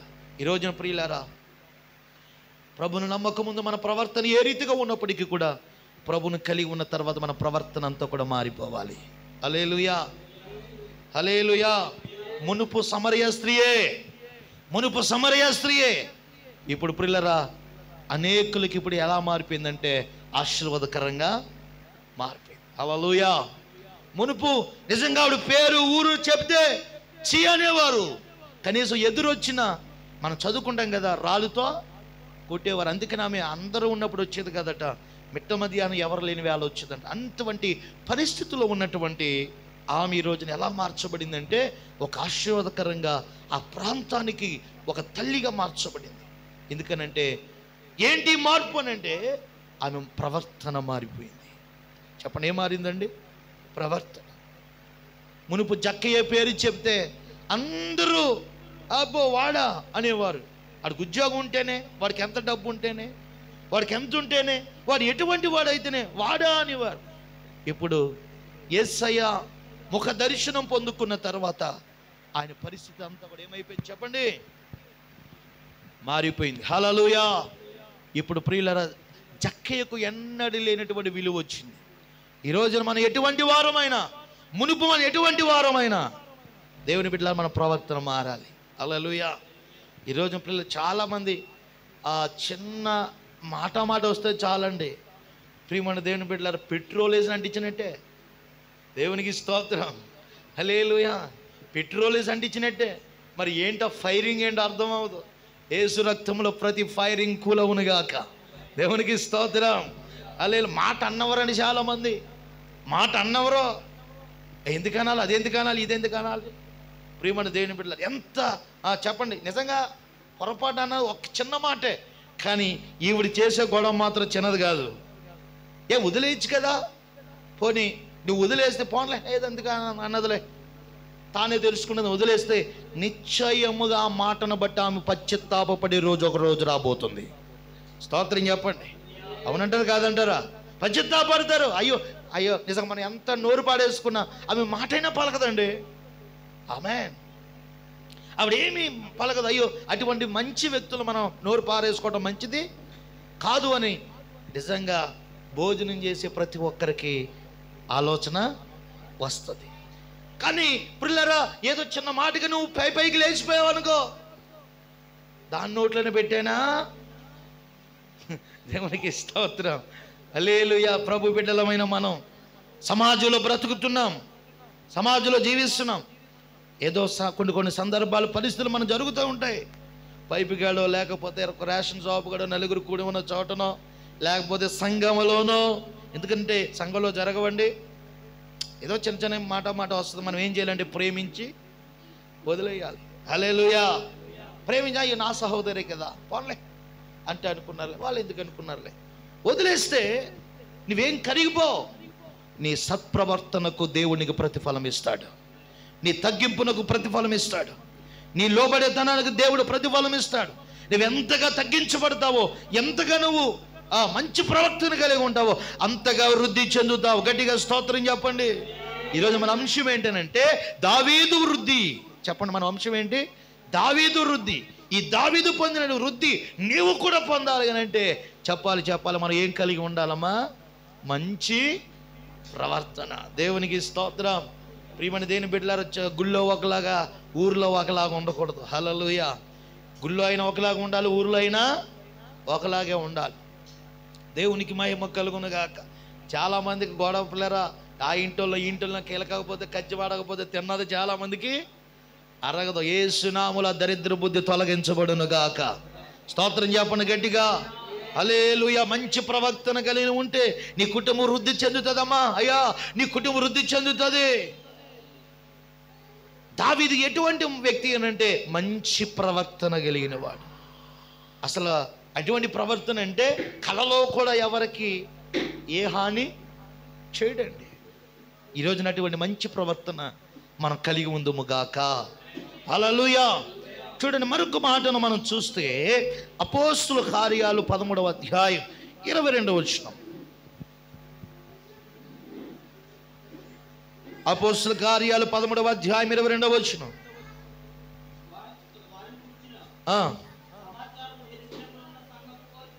విని అయ్యా, అపోస్తుల కార్యాలు 13వ అధ్యాయం 22వ వచనం. అపోస్తుల కార్యాలు 13వ అధ్యాయం 13, 22.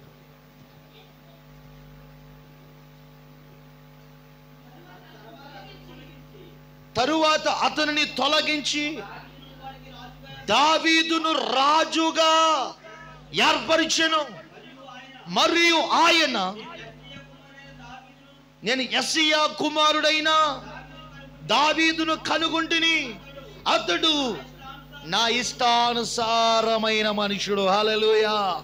అమ్మ చూడండి, దావీదును వృద్ధి చేయడానికి గల మరొక కారణం ఏంటి అని అంటే దావీదు దేవునికి ఇష్టానుసారుడు. అందరూ చెప్పాలి అందరూ, దావీదు దేవునికి. హల్లెలూయా. మన చుట్టాలకు కాదు. ఏమండి, నువ్వు ప్రియమైన దేవుని బిడ్డలారా, నువ్వు ఎలాంటి వ్యక్తివైనా నీ ఇంట్లో వాళ్ళు నేను చెడ్డోళ్ళు అంటారా? అనరు. దేవునికి స్తోత్రం. అంటారమ్మా? చెప్పండి అమ్మా. అనరు. అసలు మా పిల్లడు చాలా మంచోడండి. దేవునికి స్తోత్రం. ఆడు ఊర్లన్నీ ఆర్పేస్తున్నా సరే, మా పిల్లడు చాలా మంచోడండి, వాళ్ళు ఎవరి జోలికి వెళ్ళడండి. దేవునికి స్తోత్రం. ఆడు చేసే పని అది. కానీ ఏమంటారు? ప్రియమైన దేవుని బిడ్డలారా, మా పిల్ల చాలా బంగారం అండి, లేదా మా ఆయన చాలా మంచోడండి, అసలు చాలా మంచోడండి, అసలు కన్నెత్తి కూడా చూడండి మా ఆయన. దేవునికి స్తోత్రం. హల్లెలూయా. ఎవరింట్లో వాళ్ళైనా వారి బిడ్డల్ని, వారికి కుటుంబీకుల్ని, వారి భార్యని, వారి భర్తని, వారి పిల్లల్ని ఏమంటారు చెప్పండి? మంచోళ్ళే అంటారు. కానీ మనం ఎవరి దృష్టిలో ఇష్టలుగా ఉండాలి అని అంటే దేవుని దృష్టిలో ఇష్టలుగా ఉండాలి. మన ఇంటి వారికి మన ఇష్టలుగా ఉండడం కాదు. నువ్వు ఎలా జీవించిన ఇంటి ఇష్టలుగానే ఉంటావు, లేకపోతే నీ బంధువులకి ఇష్టలుగానే ఉంటావు. కానీ మనం ఎవరికి ఇష్టలుగా ఉండాలి? దేవునికి ఇష్టలుగా ఉండాలి. హల్లెలూయా. అది హిస్టరీ ఆయనకి తెలుసు, చరిత్ర ఆయనకి తెలుసు, మన చరిత్ర మన గమనం ఆయనకి తెలుసు. కానీ ఆయన దృష్టిలో మనం ఇష్టలుగా ఉండాలి. ఆయన దృష్టిలో మనం ఇష్టలుగా ఉండాలి అని అంటే హెబ్రీ పత్రిక క్లియర్గా చెప్తుంది. ఏంటో తెలుసా? విశ్వాసము లేకుండా దేవునికి ఇష్టలై ఉండుట అసాధ్యం. హల్లెలూయా, హల్లెలూయా. నువ్వు దేవునికి ఇష్టడుగా, ఇష్టరాలుగా ఉండాలని అంటే దేవుని యందు విశ్వాసం ఉంచాలి. హల్లెలూయా, హల్లెలూయా. చెప్పండి ఒకసారి గట్టిగా. నిద్రపోతున్న వాళ్ళందరూ చెప్పాలి గట్టిగా. వింటున్న వాళ్ళందరూ చెప్పండి గట్టిగా. హల్లెలూయా. ఈ మొదటి రోజు ఎంత డల్లగా ఉంటే ఎలాగుంటుందండి? చెప్పాలి గట్టిగా ఒకసారి గట్టిగా. స్తోత్రం. హల్లెలూయా. ప్రియమైన దేవుని బిడ్డలారా, మాకు నాన్ స్టాప్గా మీటింగ్ జరుగుతున్నాయి. మేము రోజుకు పడుకుంటుంది 3 గంటలే. ఎక్కడ మీటింగ్ జరిగిన ఇంటికి వచ్చేప్పుడు 1 గంట అయిపోతుంది మాకు. మళ్ళీ తెల్లారే లేచి మరలా స్నానం చేసి ఫ్రెష్ అప్ అయ్యి వెళ్ళవలసి వస్తుంది. మరి మాకేం తెలుసు? అయినా మేము ఎంత ఉత్సాహంగా ఉన్నాం. ప్రియమైన దేవుని పిల్లలారా, జాగ్రత్తగా వినండి. దేవుని సంగమా, మన దేవునికి ఇష్టలుగా ఉండాలి. మన దేవుని మీద విశ్వాసం ఉంచాలి. చాలామంది దేవుని నమ్ముతారు కానీ దేవుని మీద విశ్వాసం ఉండదు వాళ్ళకి. అందుకని దేవునిలో ఉన్నటువంటి వృద్ధి క్షేమం వారు పొందలేకపోతున్నారు. హల్లెలూయా. దేవుని మీద మన విశ్వాసం ఉంచాలండి. ఏ స్థితికైనా చాలిన దేవుడు నా ప్రభు అని దేవుని యందు విశ్వాసం ఉంచాలి. ఆమేన్. నిన్ను పిల్లల నీకు నీ వ్యాధిని బాగు చేసిన దేవుడు, నీకు ఆరోగ్యం ఇచ్చిన దేవుడు, నీ పరిస్థితులు మార్చిన దేవుడు, నీకు అన్నిటికీ చాలిన దేవుడు, నీకన్నిటికీ సరిపోయిన దేవుడు అయినా, నీకు మిన్ను మేళ్ళు చేసినటువంటి దేవుడు. ఒకసారి పిన్నిసు నొక్కు. ఏయ్,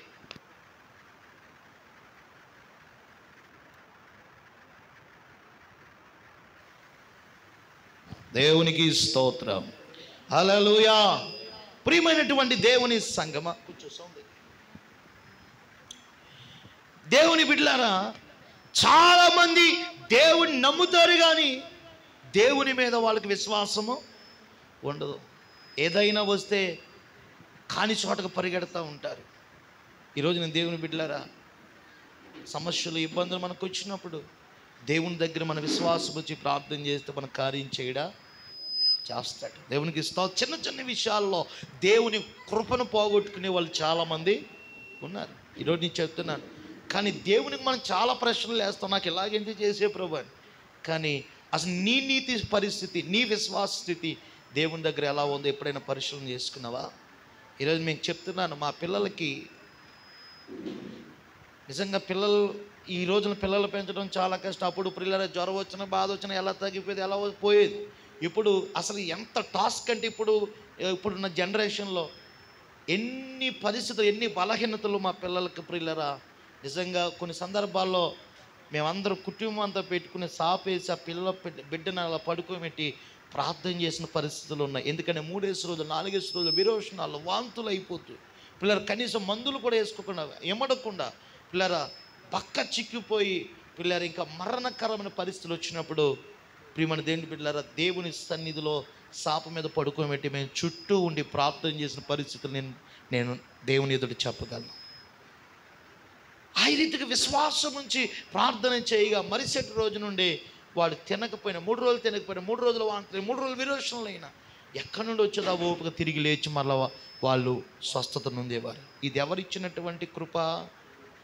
దేవునికి స్తోత్రం. చాలామంది అంటూ ఉండేవారు, ఏ మాటకు ఆ మాట అనుకోవాలి, అలా చేయొచ్చు కదా, తాగేతేంచవచ్చు కదా, తాడేంచవచ్చు కదా, ప్రార్థన అదే. నీ దేవుడు అటువంటి వాడా? చెప్పండి. ఏమండి? నిన్ను బాగు చేసిన వాడిని బిడ్డను బాగు చేయలేడా? నిన్ను పిలిచిన వాడు అసమర్థుడా? నీకు ఇన్ని చేసిన వాడు చేయలేడా? షడ్రక మేషక అబేద్నెగోలు ఏమన్నారంటే, అసలు విశ్వాసం అంటే ఎలా ఉండాలంటే తెగింపుతో ఉండాలి, అయితే అట ఇట. అంతేగాని నేను పట్టుకున్న దానికి 4 కాళ్ళు అంటే కుదరదు. 2 కాళ్ళు ఉన్నదానికి 4 కాళ్ళు ఎలా వస్తాయి?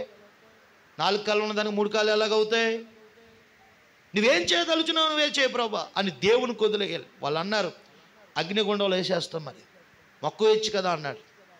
అప్పుడు అన్నారు, రాజా ఇందును గురించి రాజు కూడా అనలేదు. వాళ్ళు, నెబుకద్నెజరు నీకు ప్రత్యుత్తరం ఇవ్వడానికి మాకే భయము లేదు. రాజుని ఎవరైనా పేరు పెట్టి పిలుస్తారండి? అప్పుడు దాకా రాజుగారి దగ్గర ఉన్న వాళ్ళు ఎవరైనా పేరు పెట్టి పిలుస్తారా? ఇంకా తెగించారు వాళ్ళు. ఇదిగో ఇంత దుస్థితి మాకు వచ్చింది కాబట్టి, మా దేవునికి మమ్మల్ని దూరం చేయాలనుకున్నావు కాబట్టి నీకు ప్రత్యుత్తరం ఇవ్వడానికి మేము చింతపడం. ఏంటంటే మా దేవుడు మండిచున్న అగ్నిలో నుండి కూడా రక్షించగలిగిన సమర్థుడు. హల్లెలూయా. ఒకవేళ రక్షించకపోయినా పర్వాలేదు, మేము దేవుని కొరకు చనిపోతాం. బతికితే ఎక్కడ ఉంటాం, చనిపోతే అక్కడ ఉంటాం. దేవునికి స్తోత్రం కలుగునుగా. హల్లెలూయా.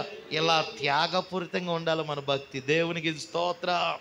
హల్లెలూయా. కరోనాలో కావిడి చనిపోయింది కొడంగిలో, మన విశ్వాసం. అప్పటికి 2వ వేవ్ జరుగుతుంది.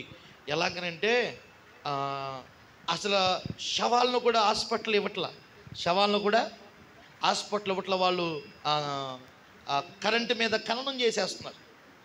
వాళ్ళు ఇంకా చనిపోయిందని విషయం తెలుసు, బతికితే బయటికి ఇస్తున్నారు, ఇంకా చనిపోతే మాత్రం హాస్పిటల్లో వాళ్ళు కరెంటు మీద ఖననం చేస్తున్నారు. వీళ్ళు ఫోన్ చేశారు నాకు, అయ్యగారు అమ్మ చనిపోయిందని. చనిపోతే నేను అన్నాను, సరే జాగ్రత్తగా బతుకులాడుకుని తీసుకొచ్చేయండి ఏదోలాగా, ఇప్పుడు శవాన్ని ఇవ్వట్లేదు కదా అని అంటే, అయ్యగారు వదిలేస్తామండి అన్నారు. వదిలేస్తామండి, ఎందుకంటే ఫుల్ కరోనాతో చనిపోయింది కదా, ఇప్పుడు ఊర్లోకి తీసుకొచ్చిన ఎవరో రారు, మీరు మాత్రం లేదయ్యా. ఇన్ని సంవత్సరాలు ఆవిడ విశ్వాసిగా ప్రభు సన్నిధిలో బ్రతికింది కాబట్టి ఆమె ఆత్మని నేను దేవుని సన్నిధికి ప్రార్థన చేసి నేను సమాధి చేస్తాను. మరి సంఘస్థులు రారు, మీరు ఉంటారుగా, మీరిద్దరు శవాన్ని లేపడానికి మీరిద్దరు రండి, నేను సమాధి చేస్తాను. ప్రియమైన దేవుని బిడ్డలారా, ఇంకొకటే త్యాగం. అయితే ఆవిడతో పాటు మనం వెళ్ళిపోవటమా? లేకపోతే ఆవిడ సమాధి చేసి ఇంకా దేవుడు ఏమైనా టైం ఇస్తే 4 రోజులు దేవుని సేవ చేయడం ఏదో ఒకటి జరుగుద్ది. పిల్లరా, మొత్తం మీద ఇంటికాడ బయలుదేరాను, 2 మాస్కులు 3 మాస్కులు పెట్టా. దేవునికి పిల్లరా కృప ఏంటో కానీ అక్కడికి వెళ్ళిన తర్వాత అన్ని మాస్కులకు బొందు తెగిపోయింది. హల్లెలూయా. ఏంటి ప్రభు ఎలా చేసావు అనుకుని సమాధి చేశాను. దేవునికి స్తోత్రం. గొప్ప విషయం ఏంటంటే ఆ ముసలమ్మకి ఆ బుట్టల్లాంటివి, చక్కటి రౌండ్ బుట్టల్లాంటి అరకాసు పైన బంగారం ఉండిపోయిన చెవులకి. నేను అన్నాను, గ్లౌజులు వేసుకుని తీసేయండి అయ్యా అంటే, అయ్యగారు మీరు సమాధి చేయండి బాబు, మేము బ్రతకాలని ఉంది, ఆవిడ ముసలిదాకా ఆవిడ చనిపోయింది, వద్దు అన్నారు వాళ్ళు, వదిలేశారండి. దేవునికి స్తోత్రం. ఎందుకనంటే మన విశ్వాసము దేవుడి చావైనా బ్రతికైనా తెగింపు కలిగిన ఉండాలండి. అందుకే బైబిల్ ఒక మాట ఉంది, తన ప్రాణాన్ని దక్కించుకోవాలనుకునేవాడు నిజంగా తన ప్రాణాన్ని ఏం చేసుకుంటాడు? పోగొట్టుకుంటాడు. తన ప్రాణాన్ని పోగొట్టుకోవాలనుకునేటువంటి వాడు తన ప్రాణాన్ని దక్కించుకుంటాడు. గట్టిగా చప్పట్లు కొట్టండి. హల్లెలూయా. ఎటువంటి కఠినమైన వ్యాధులు వచ్చినా, కఠోరమైన బలహీనతలు వచ్చినా, మరణకరమైన పడక మీదకు నువ్వు వెళ్ళినా, ప్రభునందు విశ్వాసం ఉంచిన వ్యక్తివి కనుక నీకు ఏ హాని కలగదు. హల్లెలూయా. ఏ హాని కలగదు. ప్లేట్లెట్సే పడిపోయినా, షుగర్ ఇంక్రీజ్ అయిపోయినా, శరీరంలో ఏ బలహీనత నిన్ను కృంగదీసినా, ఆమేన్, ఆయన సెలవు లేకుండా ఏమవుతుందండి? మనం ఎవరందు విశ్వాసం ఉంచాలి? దేవుని యందు విశ్వాసం ఉంచాలి. మనం ఏదేదో చేసేసి ఇలా జిమిక్కులు మమిక్కులు మనం చేసేసి మనం కాపాడుకోలేము. దావీదు వృద్ధి చెందడానికి కారణం ఏంటంటే దేవుని యందు విశ్వాసం ఉంచినటువంటి ఒక ఇష్టుడు. దేవునికి స్తోత్రం. మనం ఎవరైనా ఉంచుతాం విశ్వాసం? చెప్పాలి, దేవుని యందు. బలహీనతలకు జడిసిపోకు, అప్పులకి జడిసిపోకు, పిల్లలకి ఇంకా పెళ్లి కాలేదని జడిసిపోకు. ఈ రోజు ఒక ఇల్లు కట్టలేనని జడిసిపోకు, ప్రభునందు విశ్వాసం ఉంచు. నిశ్చయముగా తగిన కారణమందు దేవుడు నీకు సహాయము చేయునుగాక. నిశ్చయముగా ప్రభు నీ తలను పైకెత్తునుగాక. ఏ పరిస్థితిని బట్టి జడవద్దు. ఎందుకని మనల్ని పిలిచిన వాడు నమ్మదగిన దేవుడు. అందరూ మీరు చెప్పుకోండి, నన్ను పిలిచిన దేవుడు నమ్మదగిన దేవుడు. చెప్పండి అందరూ, నన్ను పిలిచింది. అందరూ మీరు చెప్పుకోండి, నన్ను పిలిచిన దేవుడు నమ్మదగిన దేవుడు. నిన్ను పిలిచినోడు ఒక డాక్టర్ కాదు, ఒక యాక్టర్ కాదు, లేకపోతే ఒక మంత్రి ప్రధాని కాదు. నిన్ను పిలిచిన వాడు నమ్మదగిన దేవుడు. దేవుడు నిన్ను పిలిచాడు. నీ అంతటి నువ్వు రాలేదు, దేవుడు నిన్ను ఏర్పరచుకున్నాడు. ఎన్నోసార్లు మన ప్రియులరా బొమ్మిడే జారిపోయినట్టు జారిపోతున్నప్పుడు దేవుడే కావాలని పట్టుకుని గుంజి గుంజి లాక్కొచ్చాడు ఇక్కడికి. మనం అంటే ఎంత ఇష్టమో తెలుసు దేవునికి. హల్లెలూయా. అది ఊరికే వచ్చేసాం. మనం ఒకసారి వెనక్కి వెళ్దాం. ప్రభువుని నమ్ముకోమంటే ఎన్ని మాటలు మాట్లాడేవాళ్ళం మనం.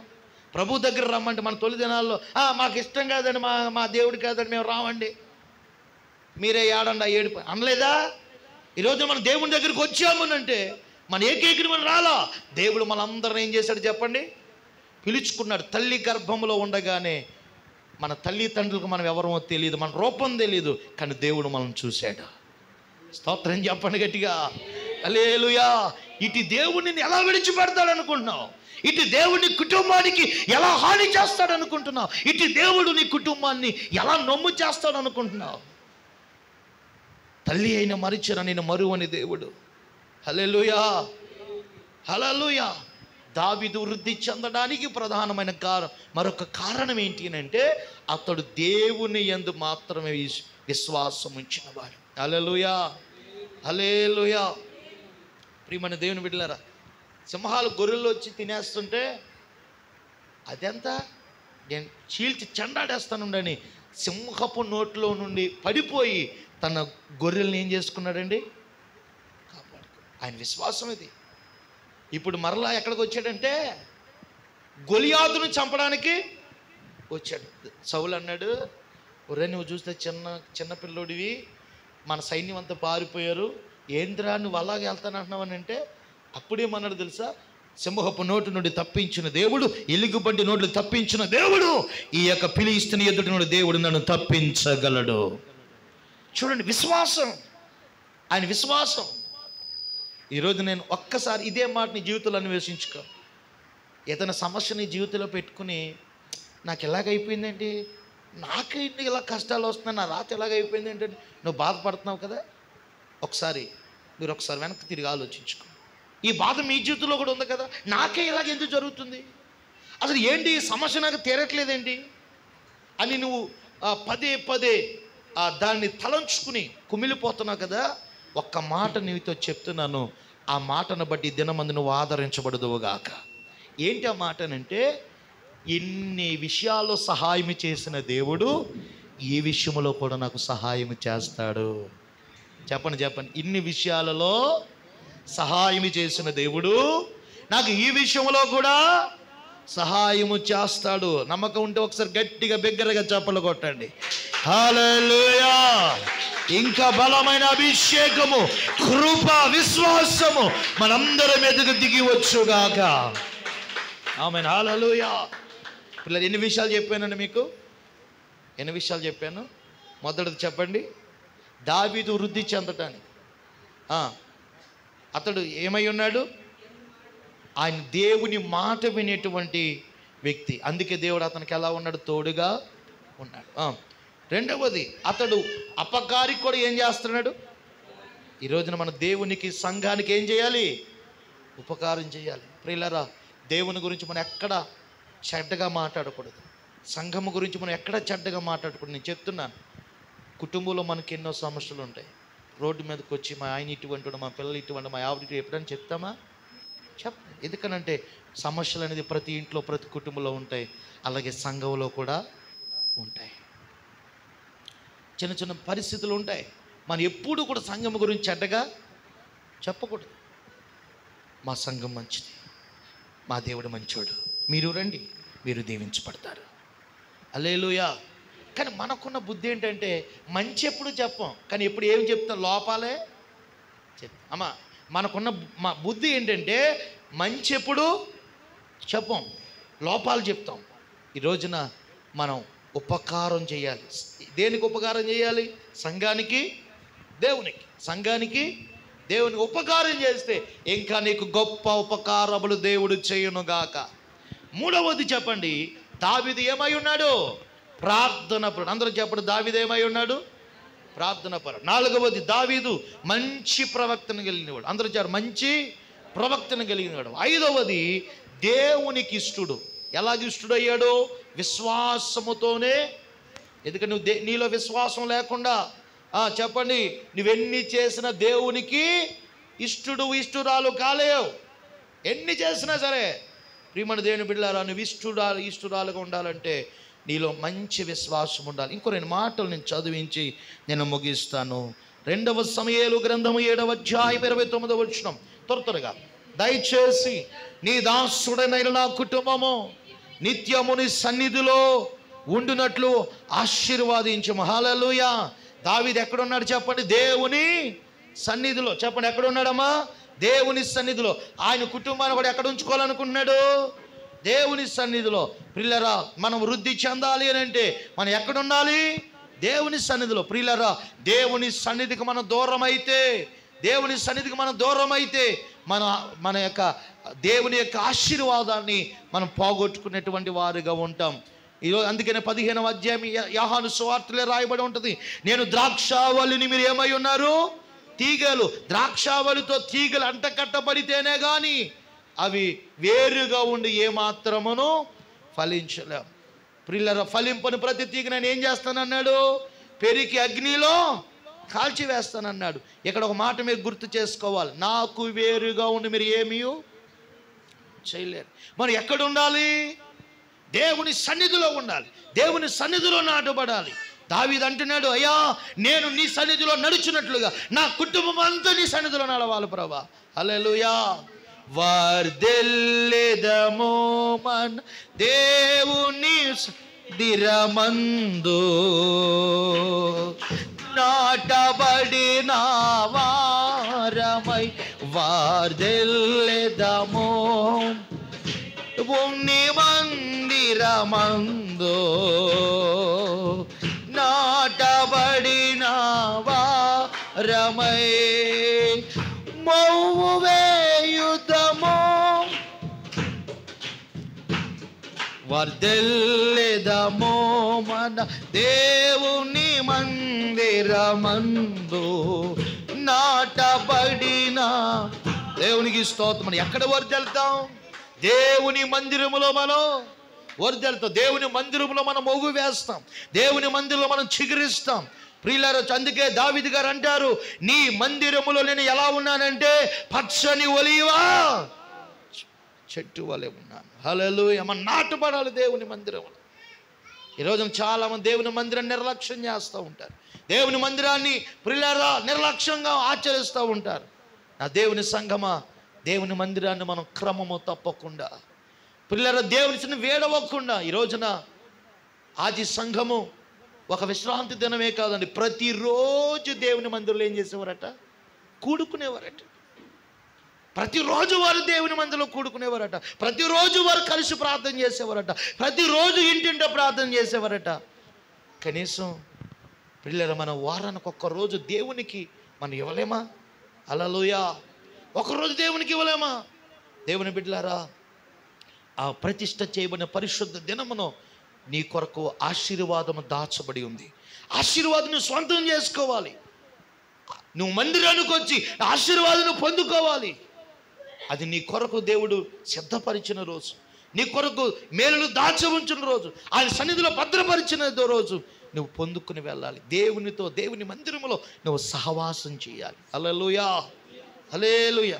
ప్రయాణాలు పెట్టుకోకూడదు, పనులు పెట్టుకోకూడదు. ఆ రోజు మనం ఏదేదో చేయడం కాదు. దేవుని కంటే ఏది ఎక్కువ కాదు. నువ్వు దేవునికి ఇవ్వు. దేవునికి ఇచ్చే సమయం దేవునికి ఇవ్వు. దేవుడు నీకు ఆ కృపను ఎలాగివ్వాలో దేవుడు చూసుకుంటాడు. ఆమేన్.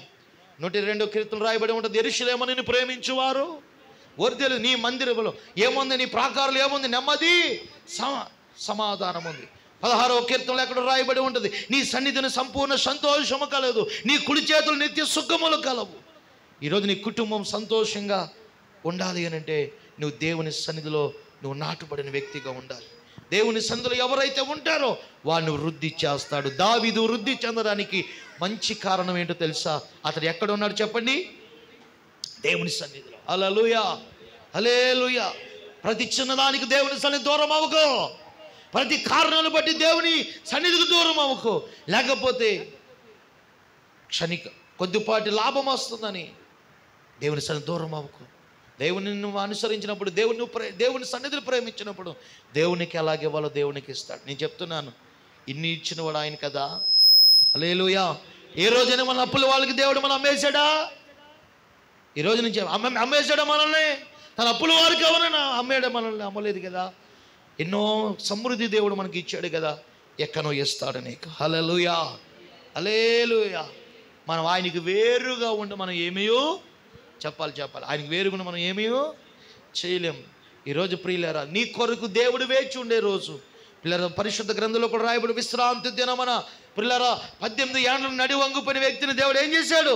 బాగు చేశాడు. నిజంగా ఆమె దేవుని సన్నిధిలో లేకున్నట్లయితే ఆమె బాగుపడేది కాదు. నీ కొరకు వేచి ఉన్న ఆశీర్వాదాన్ని, నీ కొరకు పొంచి ఉన్న దీవెన నువ్వు పొందుకోవాలంటే దేవుని సన్నిధిని వేడకుండా నువ్వు దేవుని యొద్దకు రావాలి. దేవునికి స్తోత్రం. హల్లెలూయా, హల్లెలూయా. చివరిగా మరొక మాట చెప్పి నేను ముగిస్తాను ప్రియులరా. 2వ దినవృత్తాంతాల గ్రంథం 29వ అధ్యాయము 1 నుండి 3 వచనాలు అందరూ తీయండి. 1 దినవృత్తాంతాల గ్రంథం 29వ అధ్యాయం 1 నుండి 3 వచనాలు. తరువాత దావీదు, రాజైన దావీదు సర్వ సమాజముతో ఎలాగూ చెప్పాను, దేవుడు కోరుకొనిన నా కుమారుడైన సొలొమోను ఇంకా లేత ప్రాయము గలవాడై ఉండగా కట్టబోవు ఆలయము మనుషునికి కాదు, ఇది దేవుడైన యెహోవాకే.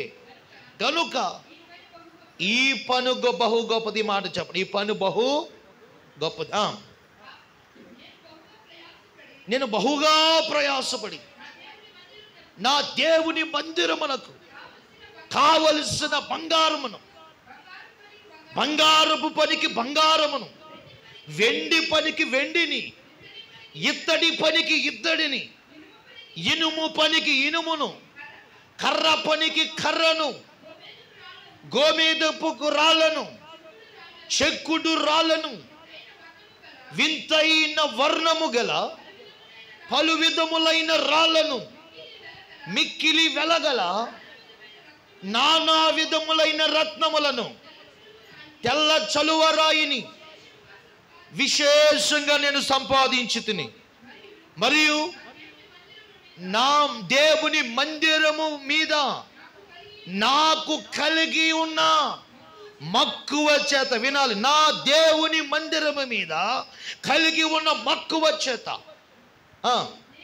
నేను ప్రతిష్ఠితమైన మందిరము నిమిత్తము సంపాదించి ఉన్న వస్తువులు కాక నా సొంతమైన బంగారమును వెండిని నా దేవుని మందిరము నిమిత్తము నేను ఇచ్చేదను. ఒకసారి దావీదు గారిని బట్టి గట్టిగా చప్పట్లు కొట్టండి. హల్లెలూయా, హల్లెలూయా అని అంటున్నాడు. ఈ పని బహు గొప్పది. ఈ పని ఎవరిది? దేవునిది. ఆయన మాటలు చూడండి అమ్మ, వినాలి. ఆయన మాటలు ఒకసారి చూడండి. ఆయన ఏమంటున్నాడు? ఈ చదివిన ఈ 3 వచనాల్లో ఆయన కొన్ని ప్రత్యేకమైన మాటలు పలుకుతున్నాడు. వినాలి. ఈ పని ఎవరిది? దేవునిది. ఇది మనుషులది కాదు. లేకపోతే పీటరయ్య గారిది, మరియమ్మ గారిది, ఆనంద్ పాస్టర్ గారిది కాదు. లేకపోతే మన పిల్లల సంఘాన్ని కాదు, ఫలానా గ్రామాన్ని కాదు. ఇది పని ఎవరిది? ఈ పరిచర్య ఎవరిది? దేవునిది. దేవునికి స్తోత్రం. ఈ పని ఎవరిది అని అంటే దేవునిది. అంతేకాదు ఇది గొప్పది. హల్లెలూయా అని ఏమంటున్నాడు? గొప్పది. ఈ పని గొప్పది. ఈరోజు ఎన్నో పనులు మనం చేసుకుంటాం, కానీ దేవుని పని గొప్పది. Praise the Lord. హల్లెలూయా. ఎందుకనంటే ప్రియమైన దేవుని బిడ్డలారా, ఏ పని చేసినా అన్ని విడిచిపెట్టి వెళ్తాం. మంచి ఇల్లు కట్టవచ్చు, లేకపోతే మన ప్రాకారం కట్టవచ్చు, లేకపోతే అన్ని. ఈ రోజున పిల్లరా అమ్మగారు ఎన్నో సంఘాలు కట్టారు, ఎంతోమంది ఆత్మలను పిల్లరా ప్రభు దగ్గర నడిపించారు. ప్రియమైన దేవుని బిడ్డలారా మంచి ఇల్లు కట్టుకున్నారు. ఆమె ఇక్కడే ఉన్నారా? వెళ్ళారా ప్రభు దగ్గరికి, పిల్లరా అయితే పిల్లరా అమ్మ మంచి ఇల్లు కట్టుకుని వచ్చావే అంటాడా దేవుడు? లేకపోతే మంచి బిడ్డల కన్నామని అంటాడా? ఏమండి లేకపోతే నువ్వు అది సంపాదించావు అంటాడా? లేదమ్మా, కష్టాలైన బాధలను అనుభవించి నా పని చేసావు రా నా రాజ్యంలోను. కానీ పిల్లల దేవుడు ఆమెకు నీతి కిరీటం ఇస్తాడు. హల్లెలూయా, హల్లెలూయా. మంచి ఇల్లు కట్టావు, మంచి చెప్పండి, మంచి బంగారం బాగా సంపాదించావు, లేకపోతే బిడ్డలు బాగా కనుక్కున్నావు అండో, నా కొరకు నువ్వేం చేసావు? ఒక మంచి పని చేసావు. హల్లెలూయా. దేవుని బిడ్డలారా, దావీదు గారు అంటున్నారు ఈ పని దేవుంది, ఇది మనుషులు కాదు. రెండవది ఇది గొప్పది. ఈ పని ఏంటి చెప్పండి? గొప్పది. కనుక ఈ పని కొరకు నేను వెండి బంగారమును అన్నీ నేను సంపాదించాను. అయ్యే కాకుండా నాకు కలిగిన ఉన్నవన్నీ కూడా నేనేం చేస్తానంటే నా దేవుని పని మీద మక్కువ చేత. అందరూ చెప్పండి అమ్మా, ఏ పని మీద మక్కువ? మన పనుల మీద మనకు చాలా మక్కువ ఉంటుంది. మన దేవుని పని మీద మనకి ఏముండాలి? మక్కువ ఉండాలి, ఇష్టం ఉండాలి. హల్లెలూయా. అయ్యో నేను దేవుని మందిరాన్ని తొడవాలా, దేవుని మందిరం శుభ్రం చేయాలా, అయ్యో దేవుని మందిరం నాకు ఇది రిపేర్ అయిపోయింది, దీన్ని బాగు చేయించాలా, అయ్యో దేవుని మందిరం అనాలోచన ఉండకూడదు, దేవుని పని అనాలోచన జరగకూడదు, అయ్యో కూడికలు జరుగుతున్నాయి మహిమకరంగా జరగాల, ఎక్కడ లోటు రాకూడదు, అన్నీ మంచిగా జరగాల, దైవజనులు వస్తారు వారు ఆనిపాలు చూడాలా, అయ్యో మీటింగులు జరుగుతున్నాయి, పండుగ జరుగుతుంది, దేవుని పని జరుగుతుంది. అంతేకాదు దైవజనులు మా కొరకు ఎంతగానో ప్రార్థిస్తున్నారు, పరిచర్య జరిగిస్తున్నారు, అయ్యో వారిని మంచిగా చూడాలా. హల్లెలూయా. ఈ మక్కువ ఉండాలండి. దేవునికి స్తోత్రం. పిల్లలు దావీదు గారు అంటున్నారు దేవుని పని మీద నాకున్న మక్కువ చేత ఈ గొప్ప పనికి, ఈ దేవుని పనికి నాకు కలిగిన ఉన్నవన్నీ నేను ఇస్తాను. హల్లెలూయా. స్తోత్రం చెప్పండి. హల్లెలూయా. ఆయన ఇస్తానంటే అమ్మ వినండి, ఆయన ఇచ్చిన తర్వాత ప్రజలందరూ చూసి వారికి కలిగి ఉన్నవన్నీ కూడా ఏం చేశారండి? దేవుని పనికి ఇచ్చారు. దేవునికి స్తోత్రం. కొంతమంది ఉంటారు వాళ్ళు ఎవరో ఇచ్చేవాళ్ళని ఎవరో వాళ్ళు చేయరు, చేసేవాళ్ళని చేయనివ్వరు. దేవునికి స్తోత్రం. ఒక సహోదరు అంటారు పిల్లరా గమనించి, అయ్యా ఇలాగా మేమే చేస్తున్నామని అంటున్నారండి. ప్రియమైన దేవుని బిడ్డలారా, అమ్మ చేసేవాళ్ళే చేస్తారు, చేసే వాళ్ళకే పని ఉంటుంది. ఏ పని చేయని వాళ్ళకి ఉంటుందా? చేయలేని వాళ్ళని పిల్లరా ఎవరన్నా తాళిటి లాక్కొస్తారా? నేను అన్నానమ్మ వదిలేసేయండి అన్నాను. దేవునికి స్తోత్రం కలుగునుగా. చాలామంది ప్రియమైన వాళ్ళు చేయరు, చేసేవాళ్ళని అన్నయ్య చాలామంది అంటారు, అయ్యో ఏమయ్యా నువ్వు చక్కగా చేస్తావు కదా ఈ పని అంటే, నేను కదన్న వాళ్ళు ఇలాగ అన్నారండి, వీళ్ళు ఇలాగ అన్నారు. ఎంతోమంది ఎన్నో అనుకుంటారు. నువ్వు దేవుని పని, నీ దేవుని మక్కువ చేత నువ్వేం చేయాలంటే నీ ఆశీర్వాదం కొరకు, నీ దీవెన కొరకు నువ్వు చేస్తే నీకు, నీ పిల్లలకు ఆ వృద్ధి, క్షేమం, ఆశీర్వాదము నీ కుటుంబముల మీదకు మెండుగా దిగి వచ్చునుగాక. హల్లెలూయా. మనుషులకి చేస్తే వ్యర్థం అయిపోద్ది, కానీ మనుషులు చేస్తే మర్చిపోతారు. పిల్లరా ఒకవేళ పెట్టిన చేతిని వారు కొరుకుతారు, కానీ దేవునికి చేస్తే, దేవుని పని చేస్తే, దేవుని కొరకు నిలబడితే ఆ కృప నీ పిల్లల మీదకి దిగి వస్తుంది. హల్లెలూయా. దేవుని పని చేసిన వాడు ఎవడో కూడా చెడిపోయిన వాళ్ళు ఎవరు లేరు. దేవునికి ఇచ్చిన వారు, దేవుని కొరకు నిలబడిన వారు, దేవుని కొరకు పరిచర్య చేసిన వారు ఎవరు చెడిపోయినట్లు లేరు. పిల్లరా పరిచర్య చేసేవాళ్ళు దీవించబడతారు, వారు ధనాన్ని ఖర్చు పెట్టేవారు దీవించబడతారు, దేవుని పని చేసేవారు వారు సమయాన్ని ఖర్చు పెట్టేవారు దీవించబడతారు. హల్లెలూయా. దేవునిలో నువ్వే పని చేసినా నువ్వు వృద్ధి చెందుతావు. ఈరోజు పిల్లలు మన సమయాన్ని ఇవ్వాలి, మన జ్ఞానాన్ని దేవుని కొరకు ఖర్చు పెట్టాలి, మనం పని చేయాలి, ఆయన పరిచర్య చేయాలి. కార్యక్రమాలు జరుగుతున్నాయంటే పరిచర్య ఉంటుంది, భోజనాలు ఉంటాయి, లేకపోతే ఏదో చిన్న ఏదో పనులు ఉంటాయి మందిరంలో, అవన్నీ కూడా మనం చేయాలి. ఎందుకంటే అది మన బాధ్యత. ఇది ఎవరి పని అంటే దేవుని పని. పిల్లరా ధనముతో కూడినటువంటి భారంతో కూడినవి ఉంటాయి పిల్లరా, అవి వాటిలో కూడా మనకిచ్చిన ధనాన్ని మనం ఖర్చు పెట్టాలి. అంతేకాదు పిల్లలు దేవుని సొమ్మును మనం దేవునికి ఇవ్వాలి, 10వ వంతు దేవునికి ఇవ్వాలి. పిల్లరా దేవుని పరిచర్య కొరకు, దేవుని పరిచర్య ముందుకు వెళ్ళడం కొరకు మనం ఇచ్చినట్లయితే పిల్లరా, ఎందుకనంటే మనం ఇచ్చే అర్పణ ఎవరికనంటే పాస్టర్ గారు కాదు, లేకపోతే దేనికో కాదు, దేవుని పని కొరకు. హల్లెలూయా. దేవుని పని కొరకు, దేవుని పని కొరకు, దేవుని పనిని జరగాలి, దేవుని పరిచర్య ముందుకు జరగాలి అని అంటే మన దేవుని కొరకు మనం ఇద్దాం. ఆది సంఘం పిల్లవారు స్థిరాస్తులు అమ్మి దేవుని పరిచర్య చేశారు. ఇది ఎందుకనంటే దావీదు గారు క్లియర్గా చెప్తున్నారు, ఇది ఎవరి పని, ఈ పని గొప్పది, అంతేకాదు నాకు దేవుని పని మీద ఉన్న మక్కువ చేత నేను నా దేవుని పనికి ఇస్తున్నానంటే ఆయనే కాదు, అక్కడ ఉన్న వాళ్ళందరూ కూడా ఇశ్రాయేలు వచ్చి మేమిస్తామని అందరూ కూడా ఇచ్చారండి. దేవునికి స్తోత్రం. దేవునికి ఇచ్చే విషయంలో ఒకళ్ళు టార్గెట్ చేసుకుని మనము ఇవ్వకూడదు. నీ ఆశీర్వాదం కొరకు నువ్వు ఇవ్వాలి, నీ దేవుని కొరకు నువ్వు ఇవ్వాలి. పిల్లరా, ఒకవేళ వాళ్ళు శాపం పొందితే నువ్వు శాపం పొందుతావా? లేకపోతే ఏమండి వాళ్ళకు వచ్చినంత నీకు వస్తే నీకు సరిపోద్దా? లేదు. నీ ఆశీర్వాదం నీదే. ప్రియమైన దేవుని పిల్లలు, నీవు నీ శక్తికి మించినట్లుగా నీవు చేయి. దేవుడు పిల్లరా నీకు తగ్గ దీవెన నీకు దేవుడు ఇస్తాడు. పిల్లలు ఒకసారి 7 విషయాలు మనం ఒకసారి రివిజన్ చేసుకుని మనం ఒకసారి పలుకుని మన వాక్యాన్ని ముగించుకుందాం. పిల్లలు చూడండి, మన మూల వాక్యాన్ని ఒకసారి చదువుకుందాం. దావీదు కుటుంబం, సౌలు కుటుంబము అంతకంతకు, దావీదు కుటుంబము అంతకంతకు ప్రబలి. ఈరోజు మనం దావీదు కుటుంబంలో ఉందామా, సౌలు కుటుంబంలో ఉందామా? చెప్పాలి. దావీదు కుటుంబంలో. మరి దావీదు కుటుంబంలో ఉండాలంటే దావీదు గారు ఒక 7 విషయాలు మనం చదువుకున్నాం. మొదటిగా, అతడు ఎవరి మాట విన్నవాడు? సౌలు విన్నాడా? వినలేదు. విన్నాడండి? అమ్మోనీలతో యుద్ధం చేశారమ్మంటే ఆయన ఏం చేశాడు? వాళ్ళని యుద్ధం చేయకుండా వాళ్ళకున్నటువంటి చెప్పండి విలువైన ఎద్దులు దూడలు తెచ్చేసి దాచుకున్నాడు, బలిసిన వాటిని తెచ్చుకున్నాడు. అక్కడ దేవుడు అంటాడు సమూయేలుతో, ఇదిగో నువ్వు బలి అర్పించుట కంటే యెహోవా మాట వినుట. దేవుని మాట, నా మాట అనుకు నువ్వు ఏం చేస్తే నాకు సంతోషం అనుకున్నావు? నేను చెప్పింది ఏంటి, నువ్వు చేసింది ఏంటి? ఈ రోజున దేవుని మాట వింటే మనం వృద్ధి చెందుతాం. దావీదు విన్నాడు, సౌలు వినలేదు. అందుకే దావీదు తోడుగా ఉన్నాడు దేవుడు. రెండవది, దావీదు ఏం చేసేవాడు? అపకారికుడు ఉపకారం. పిల్లలు మూడవది, అతను ప్రార్థన పరుడు. చెప్పండి ఎవరమ్మా? ప్రార్థన పరుడు. సౌలు ప్రార్థన చేశాడా? చేయలే. ప్రార్థన చేయడం మానేసి ఎక్కడికి వెళ్ళాడు? శకునం చూపించుకోవడానికి. ఒకప్పుడు ప్రార్థన చేసేవాడే.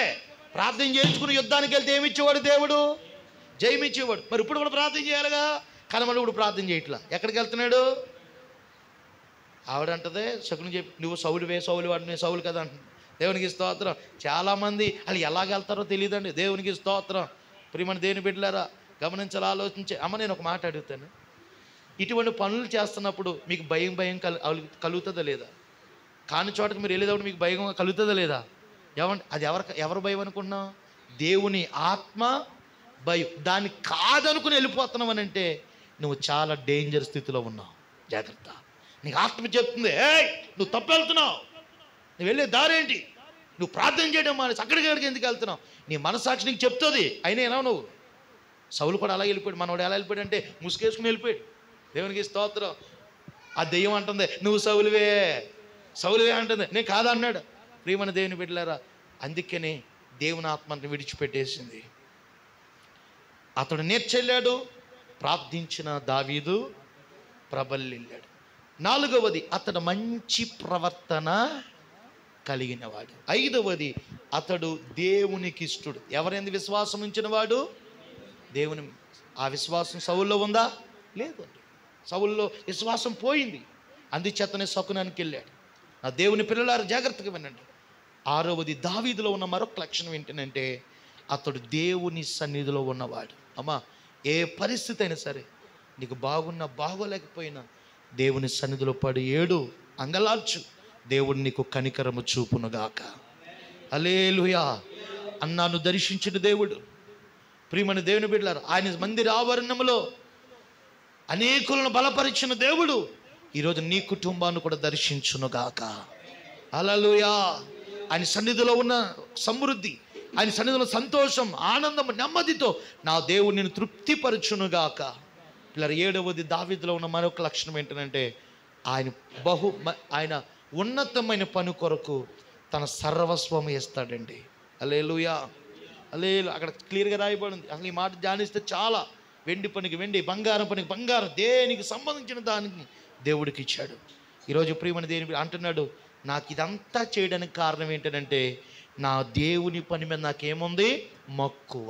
హల్లెలూయా. హల్లెలూయా. మన దేవుని పని మీద మనకేం ఉండాలమ్మా? మక్కువ ఉండాలి, ఇష్టం ఉండాలి. అయ్యో నా దేవుని పని నేను చెయ్యాలండి, నేను ఇవ్వాలి, నేను ఉండాలి, నా చేతులతో నేను చేయాలి. హల్లెలూయా, నా చేతులతో నేను చెయ్యాలి. నీకు ఓపిక లేకపోతే నన్ను ఎంతో కొంత దేవుని పని చేయాలి. ప్రియమైన దేవుని పిల్లలారా, ఈ ఆశ ఇచ్చే విషయంలో, చేసే విషయంలో, నిలబడే విషయంలో నీకుండగలిగితే నేను చెప్తున్నాను, దేవుడు నిన్ను, నీ పిల్లలను, నీ బాహుతరాలను నా దేవుడు దావీదును ఆశీర్వదించినట్లుగా, దావీదును వృద్ధి చేసినట్లుగా నిన్ను, నీ కుటుంబాన్ని వృద్ధి చేయునుగాక. అందరూ కూడా తల్ల వంచండి, మోకాలు వేయండి, మనం ప్రార్థన చేసుకుందాం. అయ్యా, ఈ మొదటి రాత్రి చాలా విశేషంగా దేవుడు మనతో మాట్లాడాడు. 2 కుటుంబాలని ఎదుటి పెట్టాడు దేవుడు. 2 కుటుంబాలు, ఒకటి సౌలు కుటుంబం, రెండవది దావీదు కుటుంబం. హల్లెలూయా, హల్లెలూయా, స్తోత్రం, స్తోత్రం, స్తోత్రం. ఆమేన్. హల్లెలూయా, హల్లెలూయా, హల్లెలూయా. అందరూ ప్రార్థించారు. అందరూ మోకాళ్ళ మీదకి వచ్చి వాక్యం నీకు చాలా